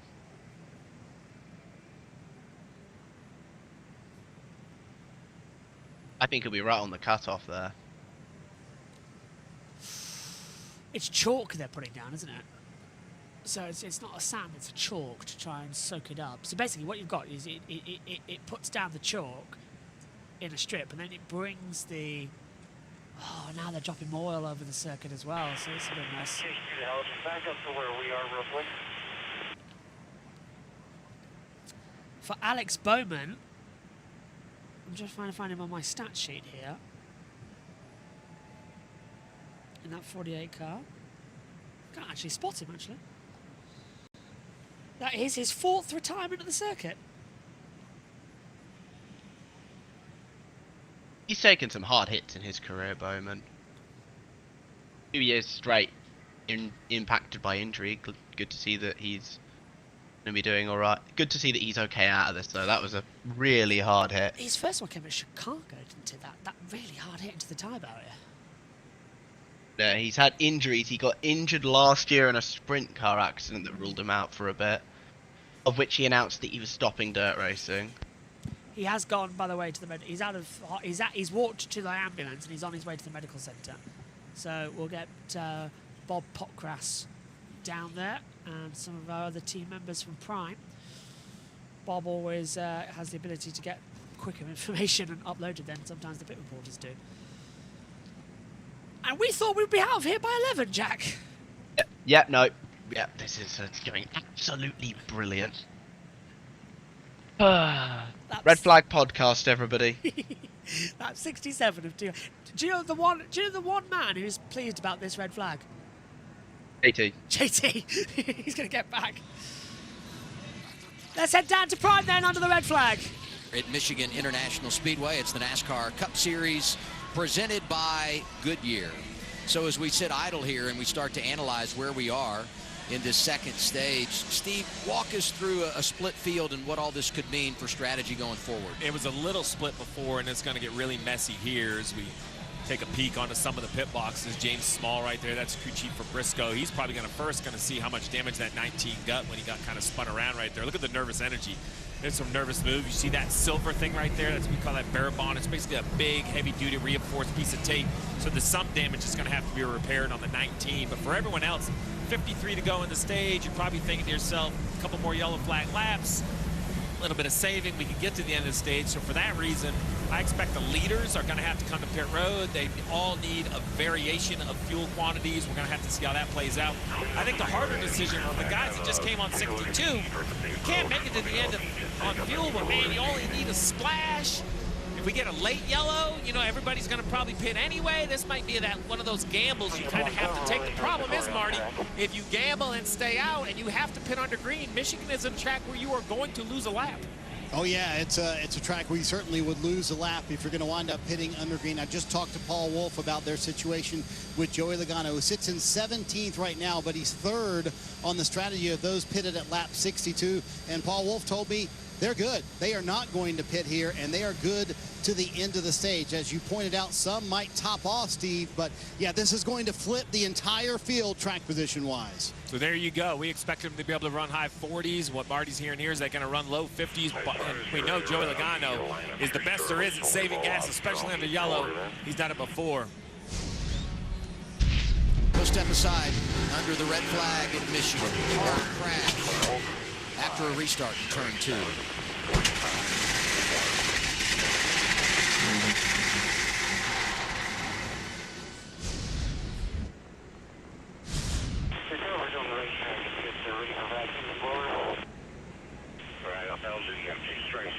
Double back down at Buffalo and Kansas, ready to tie around up. So we have to lock that down some, so we each have a room. Continuing on after the top 10, look for the 20, to the 8, 23, 38, 71, 88, 54, 22, 43, 6, 16, 47, 34, 10, 3, 21, 35, 2, 4, 42, 51, and 7.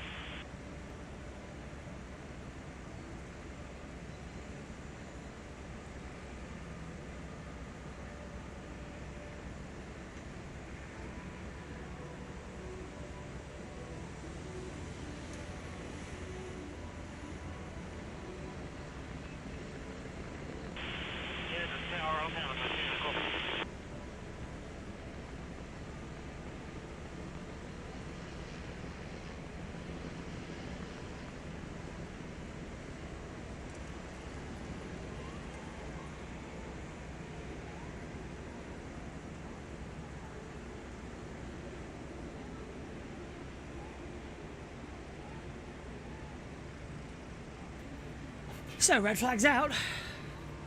Just waiting for the race to restart then, Jack. And so, thank you for covering. Yeah, Portugal just equalised, by the way. Fabulous. It's been a good game so far. There is the 48 Myself car. entertained somehow.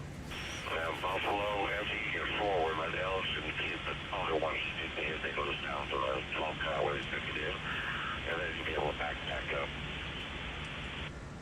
There's information coming from race control. Bob says...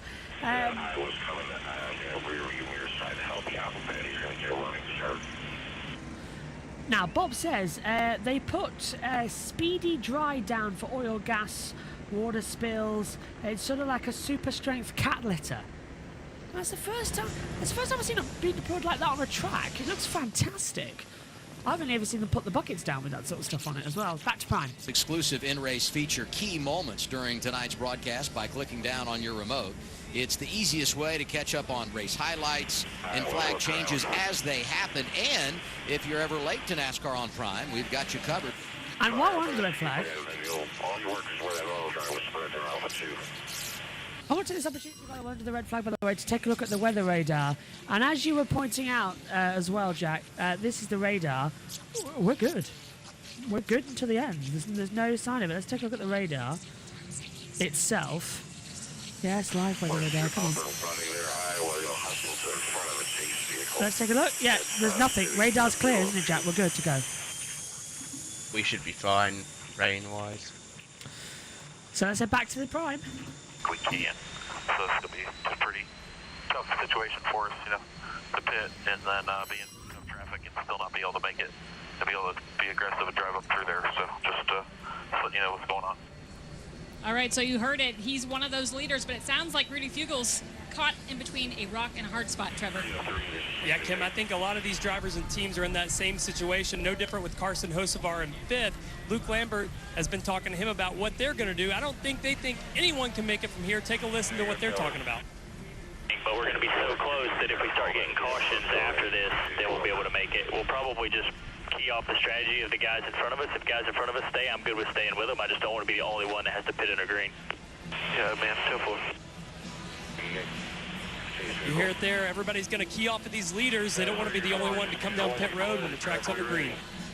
That's what makes this decision so difficult. You heard what Kim reported there. It's you know, when we talk strategy, people think about, hey, what's good for you? Well, you know, in most sports, it's offense against defense, one opponent against one defender. This is, you know, you're playing chess against 35 other guys. Maybe not all 35, but 28 of them or 30 of them are really have a chance to upset your day. So you're trying to figure out, you heard William Byron's crew talking about what the Fords could get. Well, Marty already said the 22 feels they can make it from 62. That's tremendous. From I can't believe that anybody, or heading into the day, I didn't believe anybody could make it. That's what they're telling Marty down there. So that'd be a great stretch because William Byron's group doesn't think they can make it from here at 67, call it lap 68 when pit road opens. So we talk about all of the, you know, different stones that you have to turn over to run good. I always say Michigan is like the final exam because it tests every aspect of your race team. And we talk speed and horsepower and downforce, but yet here we are in the middle of stage 2, and fuel economy is the point of conversation on all these radios. Yeah, we don't really think about that when we think about the racetrack being really fast and the downforce versus the trim that we talk about at the top of the show. These teams do also come here knowing that fuel mileage would be a part of it. We see the field already underway as the yellow flag's back out. The teams are getting ready on pit road because they're going to open pit road the first time by. These teams will get to find out what everybody's going to do.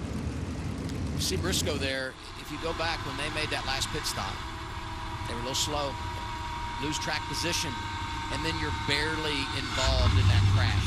When you talk about the margins of success and the other side of it, it's so slim. As we ride on board here with Zane Smith, Ford Performance onboard camera. Yeah, no, exactly. That's what's going to be talked about in the unfortunate company debrief on a Monday or Tuesday with that 19 team is, hey, we put ourselves in that situation and we can't do those things, right, if we want to try to win races. They have the speed, 3 poles in a row. Briscoe knows that he needs to get himself to victory lane. He was tabbed to drive this car for that reason, and that reason alone. He had a great finish to last year.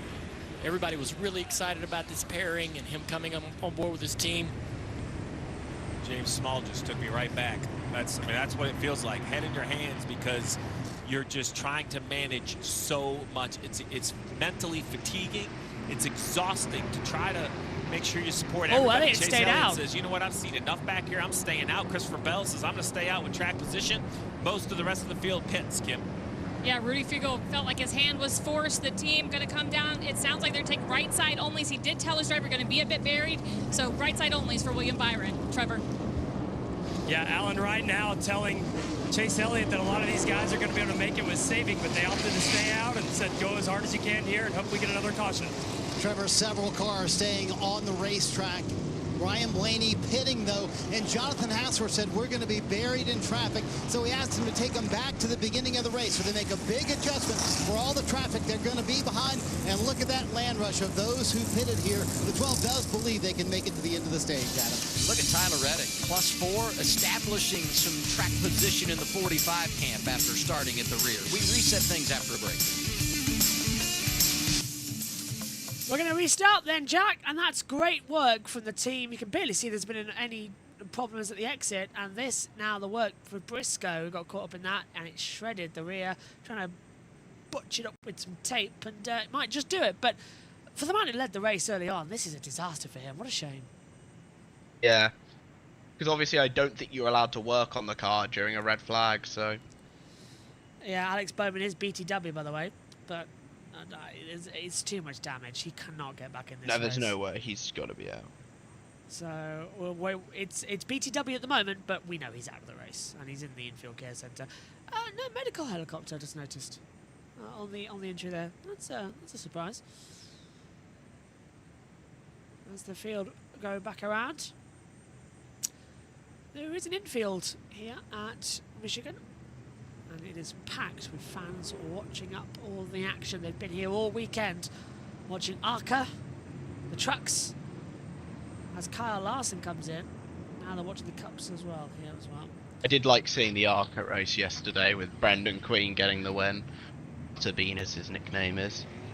It's been a great weekend, I feel, here. First time we've had trucks back at Michigan in 5 years. It was a solid race up until the last 5 minutes. Joshua Smith says, oh, there's a Manchester nearby and a Somerset. And now I know why BTW means behind the wall. That's been bugging me for a while. Yeah, BTW behind the wall. Yeah, let's take a look at the radar. And this is live at Michigan. This is the radar. We're slap banging in the centre. No rain at all. So that's what's nearby. Even when we don't have JT, we have a radar. Go on. We also have the US stealing all of our city names, as you can see. I mean, there's a Richmond over there. There's a Birmingham. There's a York in New York. Yeah. What else is there? Well, actually, it was actually New Amsterdam originally, but it was hard to say. It was hard to say twice. New Amsterdam. What? So, they're stealing. Where's Amsterdam? It's Netherlands, isn't it? Yeah. But why are they stealing from the Netherlands? Well, the Netherlands was originally Holland before it got renamed again. So, yeah, the Dutch Grand Prix. I think that's the only country I know of with 3 different names. Holland, Dutch, Netherlands. It's the only one I know with 3. Australia. There's several. Oh, radio. That's where I'm building. I made sure I built up slow also to not overshoot it, like on speed and momentum, but... yeah, I don't know. Ready for the restart. That caused by surprise. It caught the drivers too. We're racing again. Red flag is in. The race is on. Elliott, Bell, McDowell, Keselowski, Logano, Gilliland, Priest. As they come into the first corner, they're 3 wide in the mid-pack. That caused by surprise. That pace car came in very late, and the drivers reacting to it. They all go through turn 2 safely now on the backstretch, and Elliott v Bell side by side, Jack. We've got McDowell v Keselowski, and there was a big block thrown there, and through goes Joey Logano to the inside. Very He's nice. one of those guys who said he thinks he can make it to the end of the stage, apparently. And he is probably the best fuel saver on the entire grid. A little bit wide further back and watching Berry, who is coming through. Byron just in 8th position still. Elliott leads. He's pulled out a 2.5 tenth advantage at the front, side by side between Keselowski and Logano, as you say. Not in yellow, but in red. Look at the slipstream that Michael McDowell has got. McDowell. That's insane. And look at the 60 in the middle getting sandwiched out. Logano blocks off Byron. And it's all going nuts. And look at the speed that Keselowski's got. Caution's out. Caution. Turn 4. Someone's at 4. Someone's off further back at 4. It's the 42 again. Nemechek. He's in the grass, and it looks like something's overheating as well.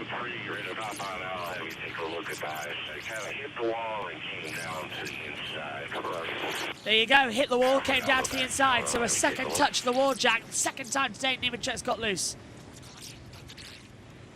Yeah. Surely that's him done. Has to be this time. I think he could continue if they can be bothered. But I think he could continue. Oh, hello, look. They didn't know who's who. They're just reordering them. So 5 cautions we're going to have today.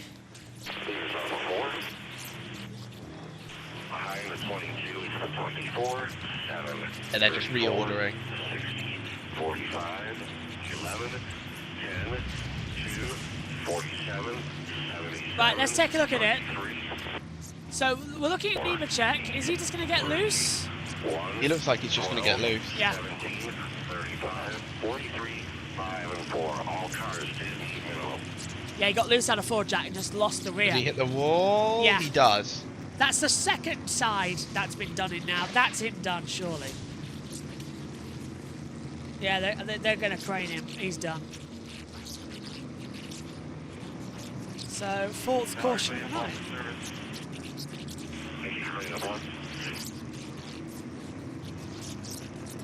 Let's get down pit road. Yeah, this is only it's a 200 lap race.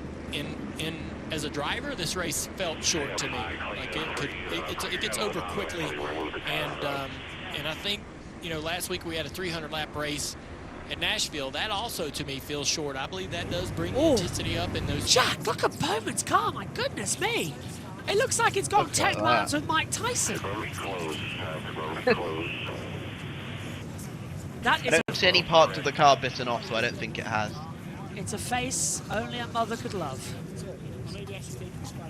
I'm not even sure about that.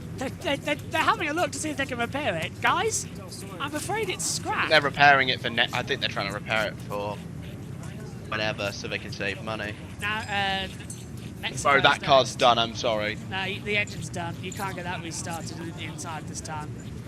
You are DEAD. Alex Bowman and Cole Custer have been evaluated and released from the infield care centre. That means we're going to head down to them and get some information. Probably top of the board on hits I've taken, and unfortunately I've taken a lot of hits. So hate that for the Ally 48 team. Obviously Allies from here. Yeah, looks like, I don't know, the 41 got loose or the 2 got into him or something, and then yeah, at that point you're just along for the ride. Couldn't really do anything except think about, oh shit, this is about to hurt really bad. So yeah, hate that for our team, and it's been a rough 2 months, so just gotta keep taking it. You mentioned the rough 2 months. What do you guys need to do to kind of reset and refocus and turn things around? Yeah, I mean, honestly, we were pretty decent yesterday. I thought we fell off too much on the long run, but I was pretty optimistic about today, and we completely missed it to start the race. And obviously, we got super loose and just had long pit stops, making adjustments, trying to make it better, and never really got a chance to race again after that. So confident that my guys would have got the car better and we could have got back up through there. But unfortunately, when you get in the back like that, shit gets pretty crazy and stuff like that happens. Thanks, Alex. Glad to see Alex okay. That free fall, though, for the 48 in the points continues. Apologies for the language. I know we're going to talk about the points and all those things during the week, but for me, just to hear Alex get out of the infield care and have that interview after that sort of hit, I think that's the most important thing. Those are the types of moments where we talk about the speed and the daring and the racing. Elliott's going to decide to come to pit road. I was wondering if this would happen just because he needed like some green flag running. I think Alan now just doesn't see a lot of plays on the board where this strategy was going to work, so he has to abort. Totally understand it, but so good to hear from Alex Bowman after just a horrific impact in 1 and 2. Trevor. Yeah, the 9 cars having to serve their damage here from not coming in earlier. They're going to get this 9 car pull, but Alan Gustafson and Chase Elliott were debating it. They were talking about how far could they go, how many cautions would they need, and how could this play out. But this was worst case scenario with this latest caution for the 9 car. The worst thing you can do is to just deny it, right? Like, you made a call, probably needed 20 laps of green, you didn't get it. Alan, you just have to say, all right, reset, try it again. Take your medicine.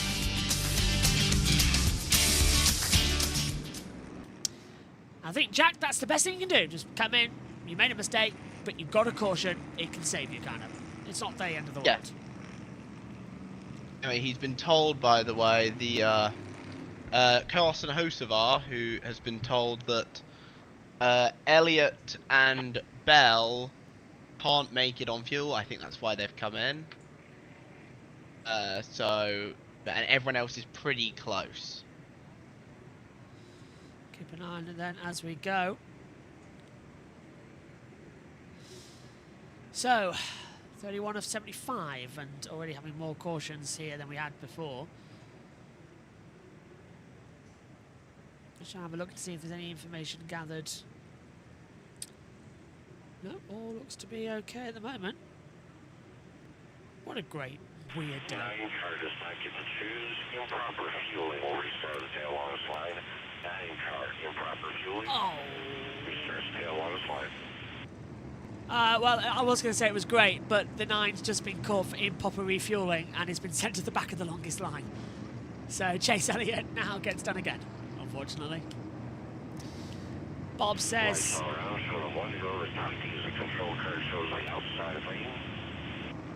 Bob says, if the driver gets out of the car and the track is done for the day, if the driver rides in the car to the garage, once the car's fixed, he can return to the race. Bang on. But the rules have changed ever so slightly now. Not often, but yeah.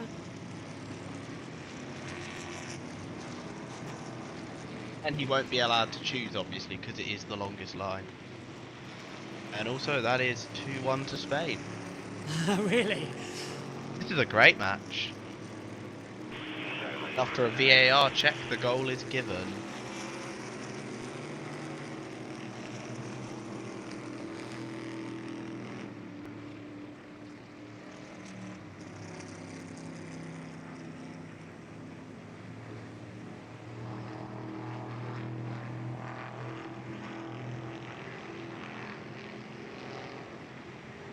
Bob Foch says that if a driver gets out of the car, yeah, they changed the rule this year, correct.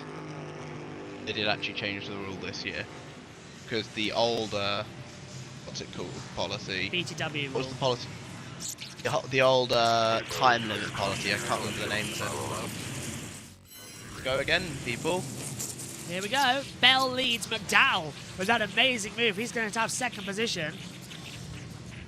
So here we go, pace car. It's going to be another late entry.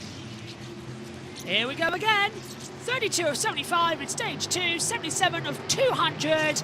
Green flag is out. We're racing again here at Michigan.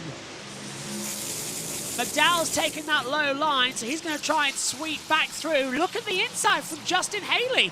Haley's trying to go on his own and watch him get swamped. Gilliland's going to go through on the inside. Reddick there too. He's got no one to help him. Oh! What was that from Brad Keselowski? Got absolutely pulled back and stormed into the lead. Goes Christopher Bell.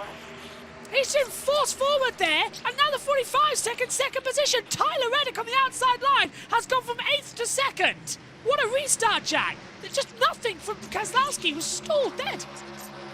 Love to see that from Tyler Reddick as William Byron leads on the restart. Great restart from him. He looks like one of the strongest cars right now. Ty Dillon right there on the inside of Denny Hamlin.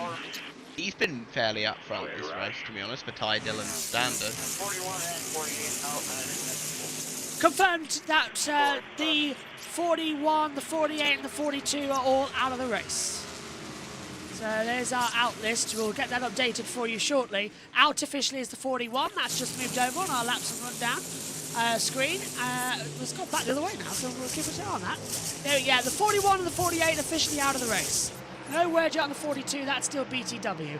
But yeah, where did Byron take the lead of the race? He came out of absolutely nowhere. As now we see, by the way, Ty Dillon getting loose, and that's coming in with Ryan. That was Ryan Priest, and one more was Zane Smith, and he got taken out there as well. And now look on the inside with the 38 of said Zane Smith, battling with Ryan Priest over 11th position. Ty Dillon just behind him, and they just get through. And look at the speed difference. This is what I was on about. The toe here doesn't do anything, does it? It's all about having clean air. It's also the draft here is just so powerful. It's allowing drivers to make those bold moves. As you can see, the golden Hocevar car in the back there, just watching Dillon, seeing if he can make a move. I'm loving this event. This is a good race. It really is. This is what we've needed. As Kyle Busch makes his way through on a 2-year winless streak. Can he take a victory? His last win was in 2023 in April at Gateway. That's how long. 71 races since he last won. But it's one less than Stuart Friesen, I think, in the Truck Series last night, who broke his 72 race winless streak, a 3-year streak he broke. Great to see Stuart Friesen win, especially at a racetrack so close to where he's from, which is the Canadian border. Still going side by side. That's the 23. Friesen's obviously Canadian. Yeah. Well, Michigan, we play the Canadian national anthem here as well as the Star Spangled Ballet. Canada comes first, then Star Spangled Ballet. We'll also add to that, I'll give you a little interesting stat I saw. Stuart Friesen's win yesterday was the 37th win by a non-American driver in NASCAR. That is 0.75% of all the races have been won by non-Americans. That's insane.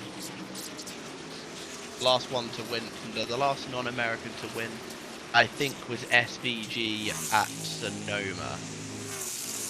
So Brooklyn, Michigan is in Jackson County of Michigan, obviously. Right near the border. Right, it's right on the border of Canada, yeah. So Canadians come over and watch. It's the same actually where we were in Detroit. Remember, one side was America, the other side was Canada. In IndyCar last week. Was it last week? Yeah, it was last week, wasn't it? I can't remember where we were. The last couple of weeks have just sort of merged together. And now we've got Le Mans next weekend, which is going to be even more bizarre. You can join us for all the coverage on that as well here on JBMotorsports. Live on Wednesday with first practice. And then a qualifying. Hamlin. Oh, timing and scoring's gone down. Is it? Lovely. No, it's fine. It's back now. Yeah. Yes, I think it's working. Yes, it is. Good. Give us a holler if the timing counter stops. Hamlin's trying to have a go here as well. I think I need to really fix my chair with a screw in of it because it's going a bit loose. Side by side over the line. Gilliland's going down low and sweeps Logano into turn 1. He cuts off the back of Ryan Priest. Priest then turns up high, tries to get the toe off of Gilliland.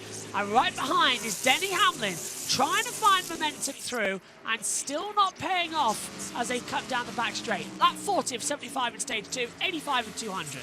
That red flag though that we had, yes, it was only for 10 minutes, but we have cautions and cautions. It sort of stunted stage 2 a lot. That was not expected. Hopefully stage 3 is a little bit better.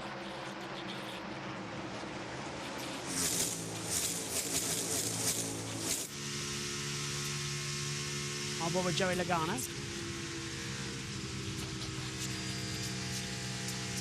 Hamlin behind. This is the battle for 7th. It's nice to hear the cars actually at full pelt. Amazon have fixed their audio issues, by the way. So that's good for the international viewers. Also, I note that Alex Bowman, obviously, we were the only ones who actually had to apologise for his swearing, because on streaming, you're allowed to really do what you want. I think we even had one of the commentary guys swear with an F-bomb last week.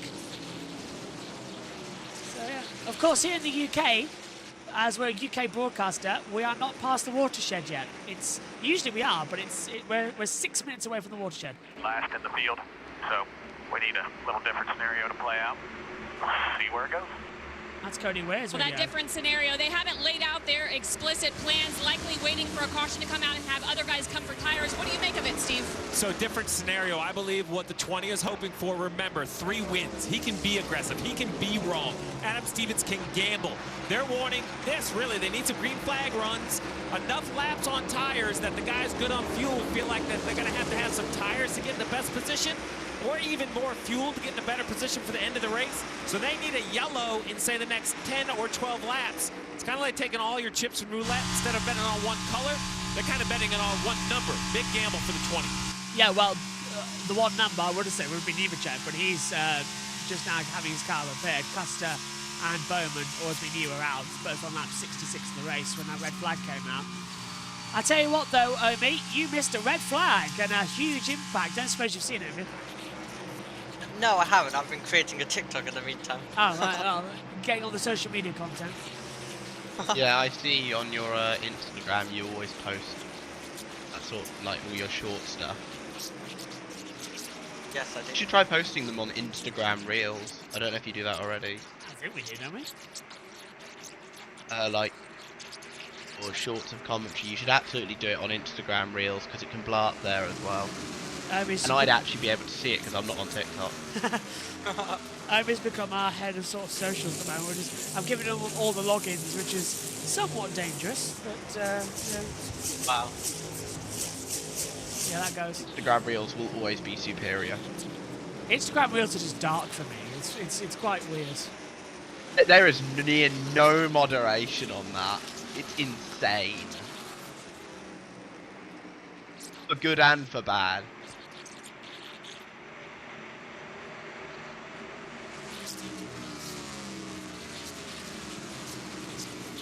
To the inside, here goes Blaney overtaking both Stenhouse, and he's now trying to get ahead of Bush. I don't think he'll have the momentum for that.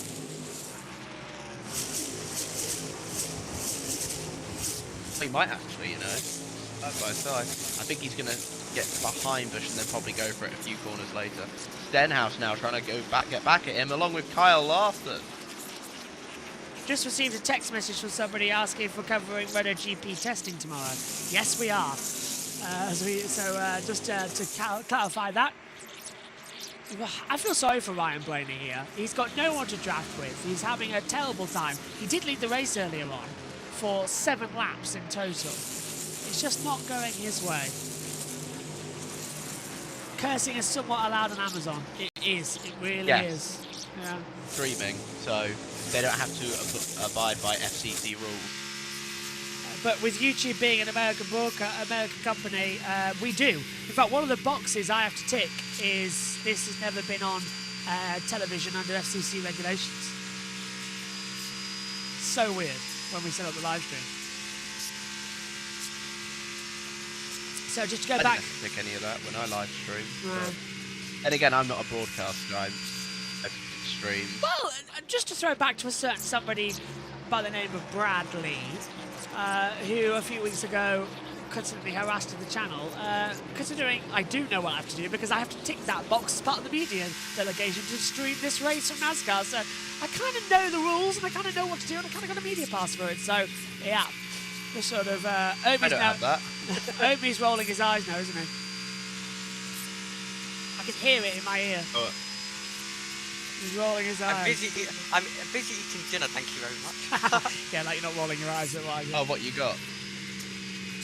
Some roast chicken and roast potatoes. Oh, lovely. Look at this. Luxury restaurant right there. Could I have some of that? I want some of that actually. KFC on standby for Le Mans next weekend. Bubba Wallace is side by side though, drifting with Austin Cindric, and they're getting a push from Ross Chastain. So this is, yeah, now they go through. Bubba had no one to draft off there. Every time I see Bubba Wallace in the car, I see either one of two things. One, recklessness, or two, fierce commitment and what a brilliant driver. Today I'm seeing a bit of both, which is confusing me, because now like he's going to come in on the loose, he's going to swing by Chastain, and then he'll come in on Cindric, but he won't, he'll cut the aero off of one or the other. Bubba's really much like a driver saying, if you do that to me, I'll do it to you 10 times worse. And he never learns. Cindric trying to get to the inside of Ross Chastain. Not Ross Chastain, Joey Logano. It's throwing me off as well. Doesn't make it there. Yeah, It's 2 red cards in the exact same shade, man. Like, come on. Yeah, Joey Logano is running the Hunt Brothers Pizza for the Penske team today. We have that in the UK, let me have a look. I don't think we do. I think is it Papa John's, the British alternative? It's the same type of pizza. It might be. Papa John's quite nice, actually. I had a mate who used to work there. Still shocked to Domino's. Bubba Wallace in the Columbia livery though swings to the inside and gets ahead of Logano. 23 passes 22, and now here comes the inside line for Austin Cindric. Splits between them nicely on the backstretch. What a great race this is turning out to be. Pit road. Lateral grip in the corner to fight with here at Michigan, and he's gone since that move from the top 5 back outside the top 10. Thanks very much, Marty. So that's going to be Cindric down in 12th position as things stand. 52 of 75. Fuel window, by the way. Those cautions have helped people, so we should be good to the end of the stage for cautions. I mean, for fuel. Getting more cautions, so it just it doubles up on the amount of fuel you can run. And then you go into the next stage. 80 laps for stage number 3, by the way. Lap 120 to 200. Only 5 more laps in the second stage, but a lot can happen in those 5 laps, as we saw yesterday in the Truck Series, Jack. Just constant restarts. How many overtimes did you have in the end? Was it 4? 3. 3 only. It felt 3 longer. overtimes. And we nearly had Corey LaJoy when nearly Corey LaJoy won in. He did get a best career finish though, 5th in the Truck Series, and a first ever top 5 for Luke Benhouse, who managed to get 3rd. He was the pole sitter. Alex Bergman said it's always as turbulent in the pack at Michigan. He's okay after what he said. The hardest hit he's ever had in a stock car. I'm not surprised it was the hardest hit. No wonder they stopped the race. No, that's not surprising at all. I mean, just to go off topic while they go to an ad break, the first thing I thought of is was Dale Earnhardt in that accident. It was very simple. The head-on impact into the tyre bag. If we didn't have the safer barriers, the hands device, the full face helmet... A hands device would have saved Dale's life, in my opinion.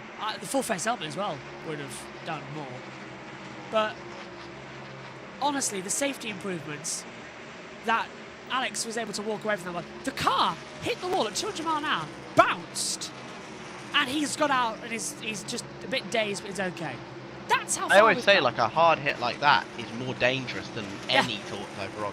It's why I've always said I don't really care about the rollovers that the next gen sometimes has, because realistically they're pretty safe. Yeah. Unless you get hit by somebody else, you're generally pretty safe. Newman, which the last time that happened was like Ryan Newman. Yeah, Which was probably the scariest accident we've seen in a long time in the sport. I remember staying up all night just reading Twitter, refreshing, waiting for information, and I saw him leave the hospital with his 2 girls, and I could not be more thankful. That was a horrible night. In that rain-delayed 500. You're racing full-time in modifieds now, you know. I'm kind of glad. Just keep him out of harm's way. It was a nasty accident. Yeah. Races full-time in the Smart Modified Tour. He recently in the closest finish there in Smart Modified history, with 14 thousandths of a second between him and Luke Baldwin. Who, yes, is the son of Tommy Baldwin. Really? Yep. He did a few truck races this year too.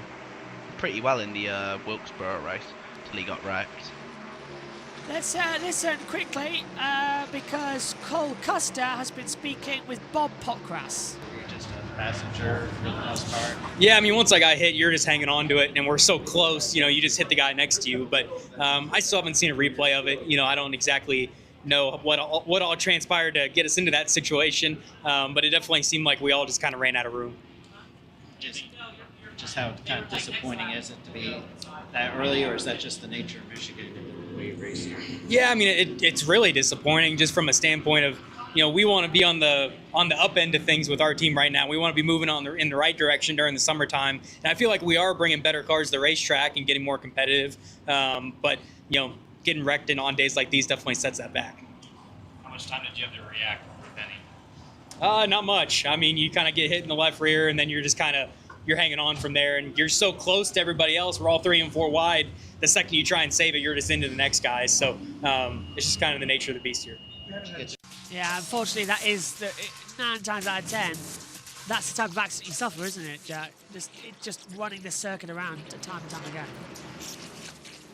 It's unfortunate. People get caught up in crashes, but realistically, not their fault. It's the nature of racing. Sometimes lady luck goes your way, other times it doesn't. Has Bell taken the lead of the race here away from Byron? Because I might drive a tracker. No. He's behind him right now on TV. Yeah, my driver tracker showing him ahead. No, that needs to be adjusted. Your driver tracker's wrong because he's behind him right now. It is he very might take wrong. the race lead from him soon, though. It's not that. They're supposed to be in sync, so I wonder why the 20's tracking ahead of the 24. Oh, okay. GPS trackers always being a bit foreshadowing. Dodgy. Yeah. Oh, still there. Nice to hear from Bob Potgrass from Fox Sports as well, who's also doing a lot of IndyCar stuff. I share a birthday with Bob Potgrass. Oh, really? Oh. But I literally, because I was in a voice chat with some people, I was like, what birthdays we shared? And I was like, guys, I've won. I share a birthday with Bob Potgrass. That isn't the ultimate win. I've got Jack Nicholls, the Queen, and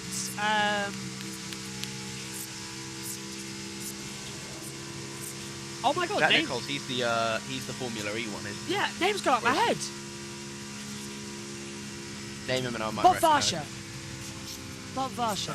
Why did that go out of my head so much? Because all I had was Bob Potgrass, but I knew it was Bob. I just couldn't remember Bob Varsha. There we go. Yes, so Bob Varsha, Jack Nicholls, and myself. We've often joked that if we all shared a commentary box, it would be 21, 21, 21 of April, all across the board. Again, I don't think the Queen and you can share a commentary box currently. I can share a resting place, if that helps. Yeah.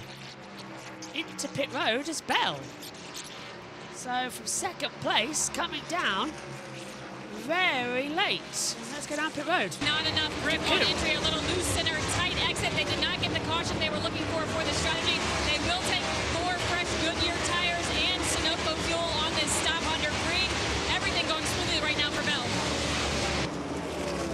Oh, and he smokes up the rear tyres coming out of pit lane as well. Now this is Ty Dillon, Kyle Larson trying to get ahead of Ryan Blaney. Larson's going to slip through on the inside line, and this is what you want about, wasn't it, Jack? The toe and the draft. It's so important. Glides up the track. Oh, and Ty Dillon hit the wall. Into the wall. And he touches the back of Larson. He's letting him know he's not particularly happy about that. Oh, please have a fight. So a new fighter has entered the arena. JT! You have Can I turn my camera on? Yes, you can. We've had a red flag, my friend. So we're just past half distance. What? That saved you. We had no caution in stage 1. Stage 2.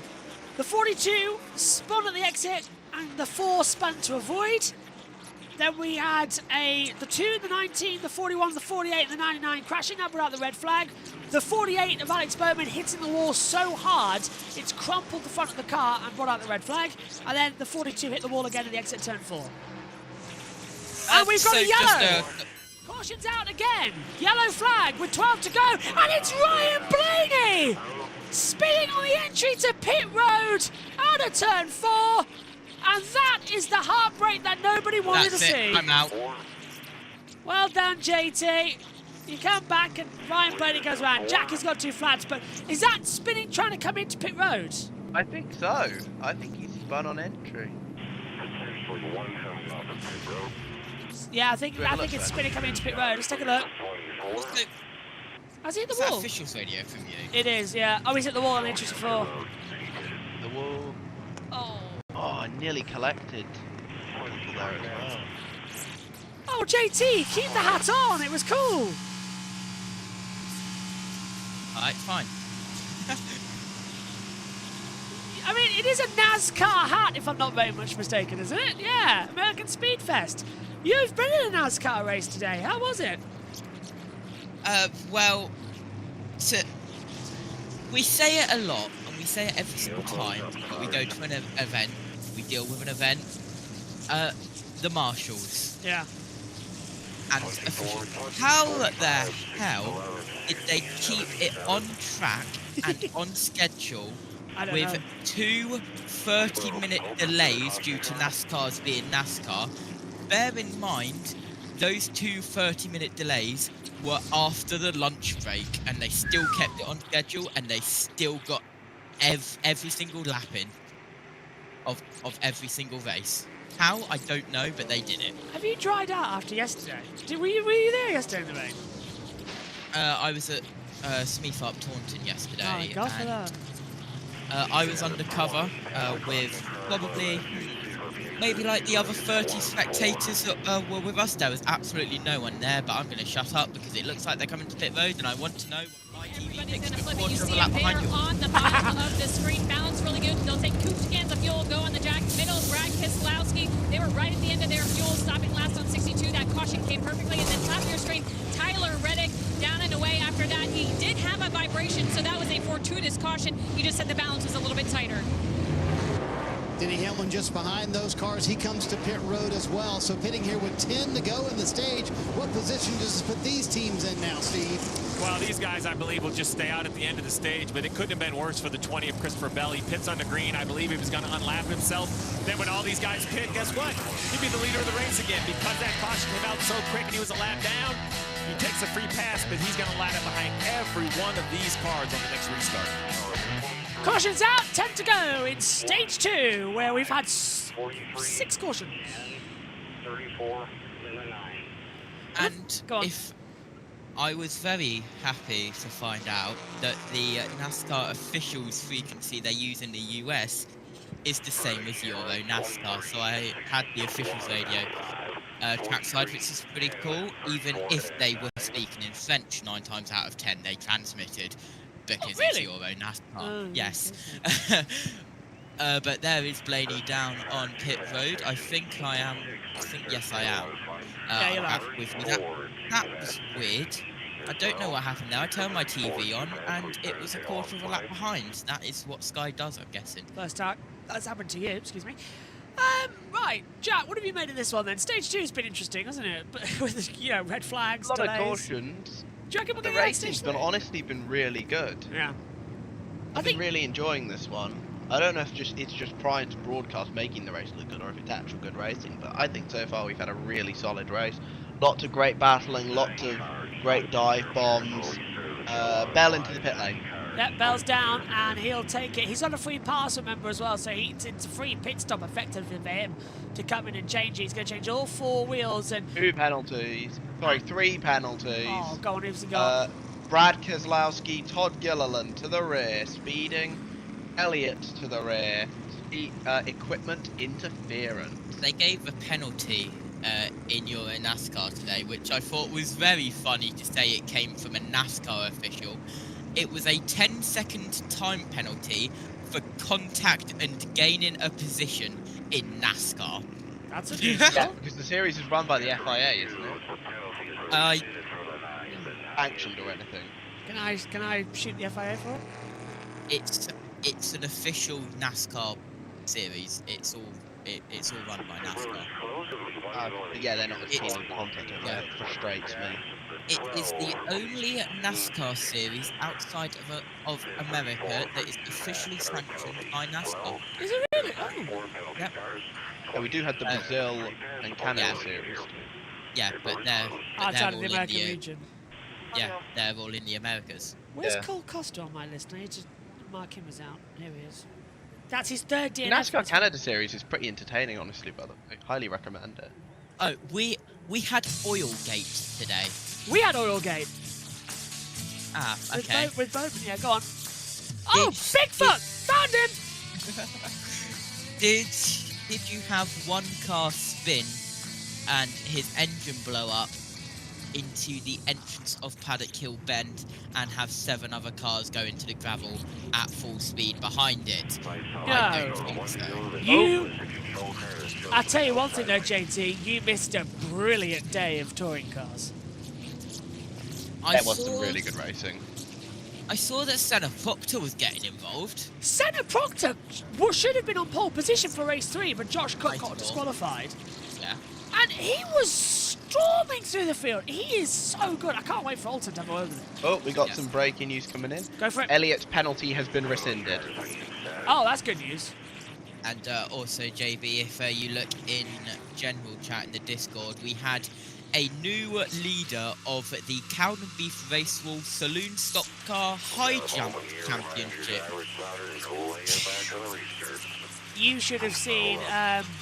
tell you what, though, did you see Josh Cook's crash yesterday in qualifying for Touring Cars? Yes, I did. Scary, wasn't it? That was a big one. Yeah, I'm surprised he's okay.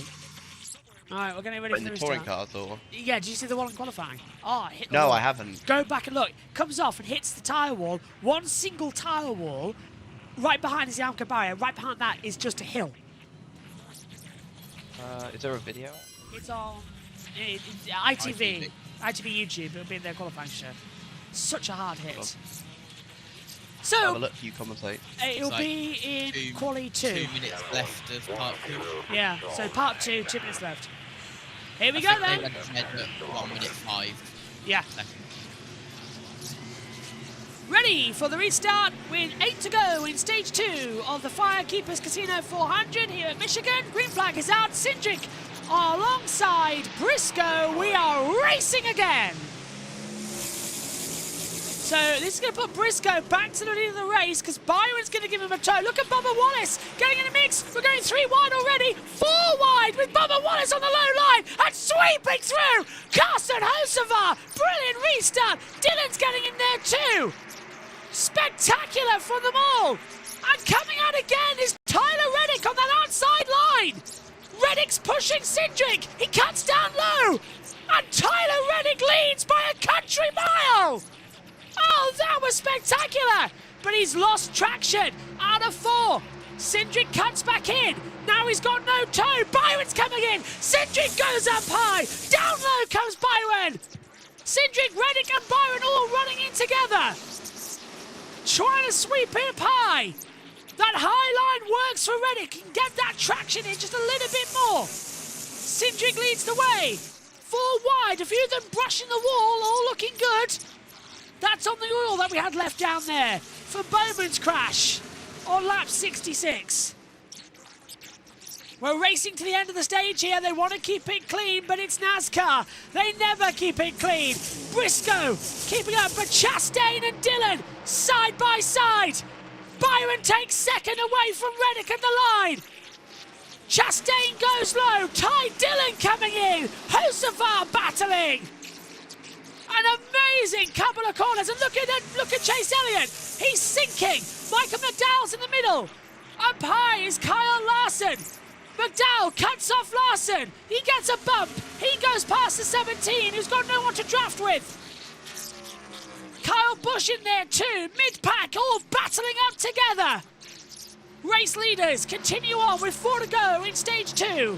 Cindric and Byron together. Reddick dropping back. Reddick looks quick too. Yeah, is Reddick actually going to have a go here? Because look at Byron trying the high line. And here comes Reddick again, looking quick, as you say, Jack. He's a dirt guy, so a high line might be preferable for him. But I reckon he's going to have a go for the lead here, you know. Every restart we've done so far today, Reddick's chosen the outside line. He's taken the high line and just swooped past everybody into the lead of the race. He likes the dirty line out there at the top, but he keeps doing it. It's going to get it through. Look at McDowell on the low line, getting ahead of the 17. And now the 19 gets a little bit out of shape for Briscoe. That allows the rest to swallow through. Larson's not happy in that middle line either. It's just all concertinaing up. What a great race. This is NASCAR proper. 4 wide. And look at that. That's AJ Allmendinger of all people looking to get through. He cuts off from the middle, goes down low. Larson's trying to protect that high line. I'm trying to look at 2 screens at once. Now we take a look. That's Elliott in a battle. Who was that? That was with Josh Berry over 17th place. Look at this. The top 4 are in the same camera shot. Cindric, Byron, and now side by side, Chastain and Hocevar. Is that Ryan Preece in there too? 3 wide, coming into 1. Hocevar goes through. Reddick's on the high line. Hocevar's taken 3rd position. Byron's in the two. This is all for stage point. Remember, Byron leads 592 points as things stand in the regular season. And he's already qualified with the automatic playoff waiver for winning in Daytona. He's not going to stop and pick up stage points, here he though. goes. Oh, that's brave. And look at the outside as well, because we've got that's Reddick and Chastain battling. Over the line, 1 to go, and it's side by side. Oh, they touch. Byron touching Cindric. This is over stage points, guys. Byron gets him. Can you imagine if this is the end of the race? It's not though, unfortunately. Oh, I'd be going nuts if it was. But it could be. It could be. That host of ours there, you know. Host of ours there. He's ducking left, ducking right. He's taking the high line. He too likes that high run. Risky, mate. Oh, you're drifting to the wall if you're not careful. He's drifting, He gets the door shut. Byron's going to take the flag, though.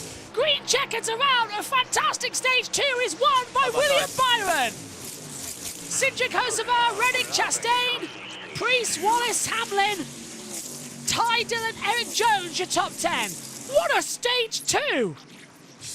Eric Jones, hi Dylan, fair play to them. A host of our getting involved with that battle. It's What a home race, of course. Stage 2 complete, and it was utter poetry. Stage 3, 80 laps are underway. And, well, JT, we can now get you back in, because now you'll know what's going on. It all resets itself perfectly for you. What are you showing us, JT? That was the result of Oilgate. Oh my word. So it's proper crash bang That wallop. was one of the 8 cars involved. And they had to go to the depot that is at Brands Hatch and physically get back up. They had to get the spare recovery truck out because there was so many cars there. Okay, that explains a lot to me why I was doing that. You have recovery 2, recovery 3, recovery 4, and then they have to get recovery 5 out, which is a spare backup one, which is so spare that it doesn't even have a radio to race control in it. Oh my god. That is basic. Do you want me to turn off the radios, the officials' radios, so that you don't hear it twice? I don't have it in my ears. You're fine. Ah, I'll leave it. We even have a radar. See, we can manage, but we'd much rather have you here. That's nice. This is what some of my camera shots look like. In other words, it is going to be absolutely amazing looking through all of these. All at 988 photos I took today. There you go. Hang on. There you go. Vent, by the way. Vent, can you sign this guy up for your professional photography? That is good. That is really good. That's from Paddock Hill Grandstand looking down. I reckon we should get JT to sign the 5 million waiver and put him closer to the Brands Hatch track, sorry, to the touring cars, and get him to take some photos. I don't need that because of how. Yes. You can. But we can get you literally just. You've seen how close that the photographers can get to the track that even we can't with TV pictures. Yes, but why do that when you can literally do the exact same from the spectator area? I know. I'm just saying. You know, you get in the pit lane. I know we can get in the pit lane anyway because we've been in the pit lane, but I know what you're on about. Yeah, to be fair, there's nothing we can't do in the touring cars. It's quite nice. Legends doing classic Legends thing. They ended heat 1 with a photo finish 3 wide across the line. The person who was on the inside, and you know how tight the Brands Hatch start line is, the person on the inside crossing the line was on the grass. Oh. Crossing the line for a 3 wide photo finish, and the we've seen photos of it because I've sent them to you, but that send them to me, please. I want to see this. That 43 Richard Petty car. Oh my god, that was amazing going around the track in the demo.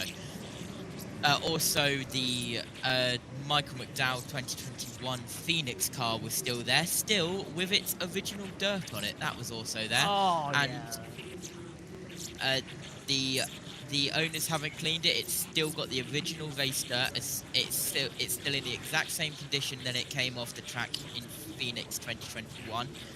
And also, I didn't think I would be passing a Danica Patrick NASCAR on the M25 going past Cobham Services, but here we are. Pit road's open.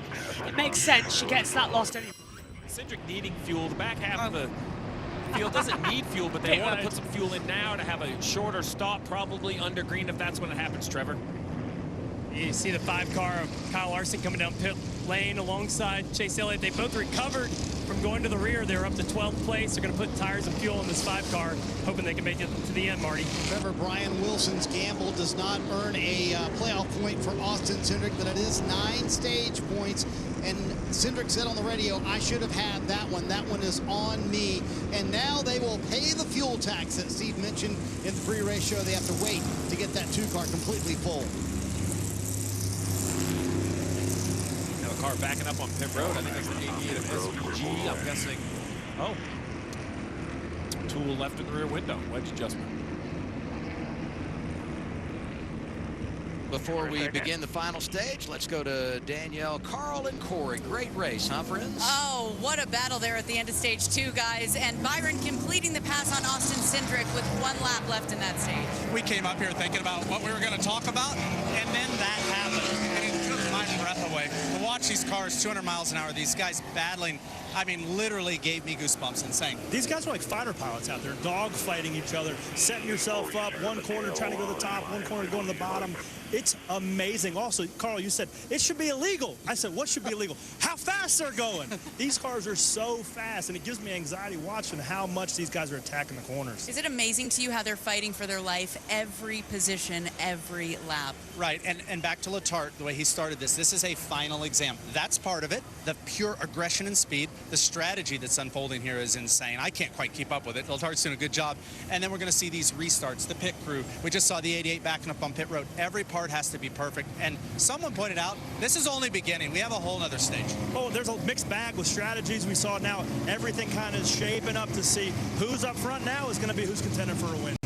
Also, we saw a big hit from Alex Bowman, brought out the red flag. So glad that he's okay. Said it was right at the top of the sheet for the toughest hit he's ever taken. And that's the dark side of all this excitement. I mean, the biggest thing today so far that I've seen is Alex Bowman getting out of that car and being okay. That hit was so huge. So kudos to everyone for the safer barriers, all the work that Hendrick Motorsports does to keep those drivers safe. Absolutely. NASCAR's done a lot of work on these cars, too, soften them up for those frontal impacts, to just lessen that blow on the driver. But I can tell you one thing. You're going 170 miles an hour hitting something that doesn't move.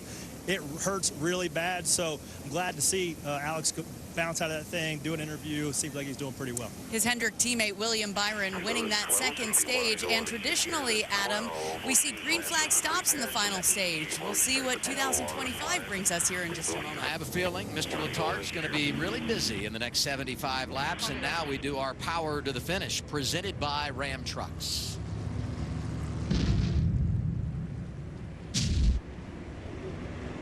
Okay. Well, it starts with restarts, Junior. Yeah, it does. The restarts are going to be chaotic. The final stage, you know, they'll get more and more aggressive with those restarts. And a restart for me here starts at the flag stand, but lasts about a lap and a half. You got to be perfect during all of those moves and decisions you make to be able to gain spots. And Carl, don't worry if you can't keep up with the strategies, because I'm not sure I'm keeping up with them up here. If I just cover all of them and say they all have a chance, and you can't be wrong. Just give them all a chance that it can survive. But that's really it. Which strategy is right? And you just don't know who is going to have the tires at the right time, who's going to have enough fuel, when the yellows are going to come out. It's really the unknown game. I agree with what Danielle just said, right? We've seen a lot of yellows. Something makes me feel like we could have a little bit of a long green flag run here. Look at the choose. Byron in control. Yeah, and it's looking good. Okay, let's go around the room. Jack, what do you think we're going to see so far in stage 3? Will we go green for a long period of time, or are we going to be interrupted again by cautions? Hopefully no more cautions. I'd like to get this race done before... I'd like to get this race done before 11 o'clock personally, but I highly doubt that'll happen. Got 90 minutes. I can't see how it's going to take 90 minutes to do 75 laps when we're running lap times of, 20 odd seconds. No, 37. It should be okay. JT, what about you? Looking forward to this stage, stage 3. What do you think? Going to be green or going to be yellows? I think he's off, kidding. Be buried. They told me this morning their strategy was going to be what the winning strategy is, so we'll have to keep an eye on the 24 out in the lead, Trevor. Yeah, Carson Hocevar yet again, 3 weeks in a row, being in contention, feeling like he can win the race. Talked to Carson earlier today. He loves that he's home, but most importantly, he loves that they're so fast right now and able to battle for these wins. This driver takes the risk to get the rewards. Yeah, JT, what do you think? Green all the way through or yellow, yellow, yellow? Well, it's NASCAR. There'll probably be some yellow involved in it, won't there? Here we go then, stage 3 for the Firekeepers Casino 400 from Michigan International Speedway. Byron and Hocevar will restart. The crowd is ready. The stage is set. The tickets are brought. Lights, green flag, action for stage 3. Good restart this time from Hocevar. He's going to get help from Chastain and Priest in there too. Priest just giving him a little bit of a kick. But Byron on the outside line. There's a few loose. There's 3 wide further back. Okay. What's happened there what has happened in the middle of the field? Because out of nowhere, that 60 has dropped in that low line. Ryan Priest has just gone from being leader to so far back, he's now battling with Tigers. Has he got a problem? That's a really bad restart. 3 cars, very slow right now. That is really a bad restart. Byron leads, Hocevar Reddick. Hamlin, Wallace. Bubba Wallace back up to 5th place from 7th. Over the line. Also found out recently, it has been 1,000 days since Bubba Wallace won a cup race. You're kidding. That said, I'd argue that it's been 2 of his best seasons the last 2 years. But the fact he hasn't won. Now he misses out on the playoffs. But I would agree. Nemechek is done. Nemechek is out of the race. So that now makes it 3 official retirements in this race. We're trying to go 4 wide. Ty Gibbs coming down low. Blocks off Chase Elliott. And I can't quite see who that is from the top of our angle here on the TV pictures. I'm trying to work it out. It's AJ Allmendinger. Whoever thought that neon yellow was a good sign for the top of the car there? You can't see the number. So I had to wait to see. I hate to be that guy, but it looks really nice when you're trackside. Probably, but I can't see it from the TV picture from the helicopter. There goes Hamlin through on the inside of Tyler Reddick to take 3rd place. Bubba Wallace just staying behind in P5. Again, tries to come in low and switcheroo. Okay, 9 laps into the stage. All is good. We will return to the full screen battle camera that you all love. Bubba's doing a great race out here today, Jack. I mean, this is one of his strongest races of the season so far. Yeah, he's having a really good day. It's only a matter of time before he wins a race again, man. Yeah. He's been so quick in recent years. I don't think he's ever deserved to win one of the races in recent years. He's been very quick. Yeah. AJ Allmendinger just had a little kiss as well with Austin Cindric on the backstretch. We're touching out one more with Brad Keselowski and JT. AJ Allmendinger. You know, he's run here twice. Well, he's had 23, but in total here at the circuit across all series. He's a man who knows his way around here. Hasn't won though. I mean, yeah, he knows his way around here a little bit. Just possibly a little bit. But, yeah, he's been good round here, but not good enough to win, as round the outside goes the 1 on the 60, and down the inside goes the 5 on the 60. So the number 60 of Priest losing 2 places in one straight, and Cole Larson is looking to gain another place as he looks down the inside of Chastain as they go across the line down in towards turn 1 as we got to the leaders of Byron and Hocevar. Hocevar's looking for the lead. Yeah, let's just repeat that, shall we, in case anybody thought we'd misspoke. Carson Hocevar is looking for the lead of the race. Hocevar, what a turnaround for the 77, but he's had the pace all weekend long. It was strong in qualifying. It was strong in the early stage of the race as Ty Gibbs now looks to the inside line of Ryan Priest over 13th place. He gets through on the inside line. Nicely done. And Jack, I think Hocevar, if he takes the lead here, if he gets a long green flag, he can go for it. He can just take it. Hocevar, I think that would send the crowd wild if Hocevar wins. Yeah. It is obviously his home race. He led a decent portion of the truck race. Win Friday. Yes, he did after Saturday. 3 overtime. His 6th career win as well. Amazing. I think the 11th win for a Canadian driver. I could be wrong on that. I approve as a Stuart Friesen. Well, his best I like points... Stuart as well. I He's- like Stuart. His best ever finish, of course, was second in Atlanta earlier on this year. Photo finish Carl Busch. Yeah, got close, but he's never won a race. Ever. He's won 4 races in his career. He's never won in super speedway. He's never won in restrictor plate. He's never won on short tracks. He's never won at road courses. He's never won his career. He's never won this season. Ever. That's on his stat sheet that we get up here. What, Hocevar or? Hocevar, yeah. Yeah. Second as well at Charlotte, didn't he? Or was it Nashville? At Nashville he got second too. Yeah, he's had 2 seconds, Nashville and Atlanta. Sheldon Creed type season incoming. Yeah. Where's Sheldon come from as well in the beginning? Oh, that was the Constantinian. That's what happened there. Yeah, so that's You got by Ryan Chastain. Priest got well loose there, didn't he? Yeah, and it's Chastain that touched him, and Priest got loose, and that almost took out Hamlin and Bubba Wallace. And that's why Bubba was fighting for control coming out of turn 2. And I thought I saw Allmendinger touch the wall. I said in the commentary, several of the drivers were brushing the wall exit turn 2. Oh, that was predictable. 66 to go. Joe, we've had a good day of motorsport. But yeah, no. Other than the MotoGP, I think we've had a really good day in motorsport. Yeah, I'll second that. MotoGP was ruined by the fact that Marc Marquez unfortunately exists and he just likes to dominate. King of Aragon. You can deny it. I missed a lot of points this weekend in Grid Network Pick a Winner because I was too busy watching cool cars go around circuits. So, like, double points for Le Mans. We're fine. You can catch up then. It usually is because it's a big race. Because at the start of this year, didn't go say there's no like extra points or anything. It's a straight run to the line. I can't remember. He changes the rules quite a bit. I'll double check with him when I get round to it. I haven't actually spoken to Joe in a while because Which is why there's not been any bonus points if you're in the top 10. If you're outside the top 10. Yeah, JB, there might be a little bit of a problem. Why? Photos I took today, the size of those photos, 3.5 gigs the folder is. And I've got to look through all of them. So JT's going to be busy. Savar's backing off apparently, wants to save fuel. That's wise. If this is the long green flag run, you've got to save the fuel. You don't want to be causing a caution this early in the day. Just a reminder, Adam says that the last time a Chevy won at Michigan was when Jeff Gordon won. Pit Road Radio. What? It did not do anything.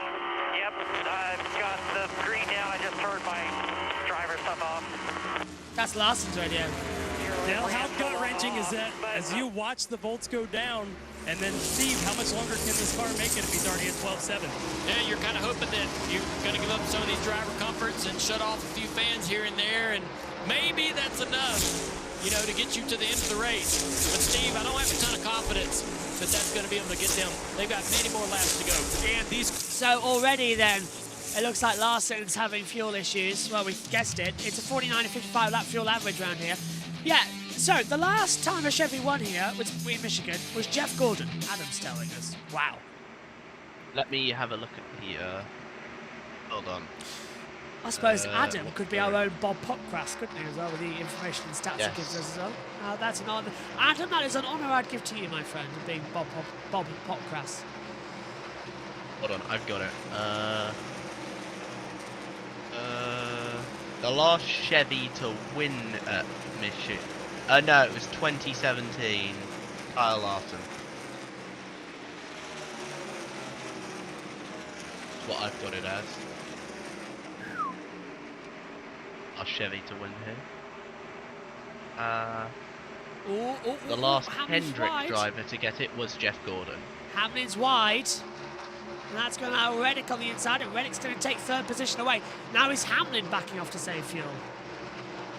Wasn't the last problem with voltage? Yeah, the battery's going down 12.7 of the voltage on battery. And he's also having issues with fuel. We'll talk about that. Host asked this, his car's too tight.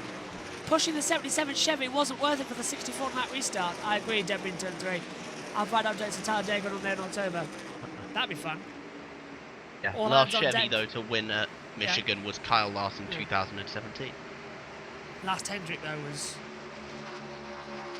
I miss Hendrick Jeff. was Jeff Gordon. Who misses Jeff Gordon racing? I do. I so do.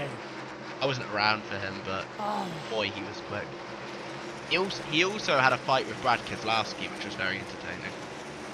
It's Brad Keselowski. Everybody's in double fight with him. Brad Keselowski 2014 was utter demolition derby. He also got in a fight with Jeff Gordon 24 car with Vans today. So you saw the car? Yeah, I'm pretty sure they had the 24 car of Jeff Gordon now. Oh, such a good Not only... Do you want me to give you a whole list of the drivers in 2014 Brad got in a fight with? Go for it. I mean, it's funny to say that about the fights. If we're going to go for if we're going to include retaliations, here's the full list. Jeff Gordon, technically Kevin Harvick because he pushed him to start that fight. Kevin Harvick's car was there as well. Yep. Tony Stewart, who reversed into him on pit lane, which is the funniest thing I think I've ever seen him do. You've also got what's his name? Denny Hamlin had to be.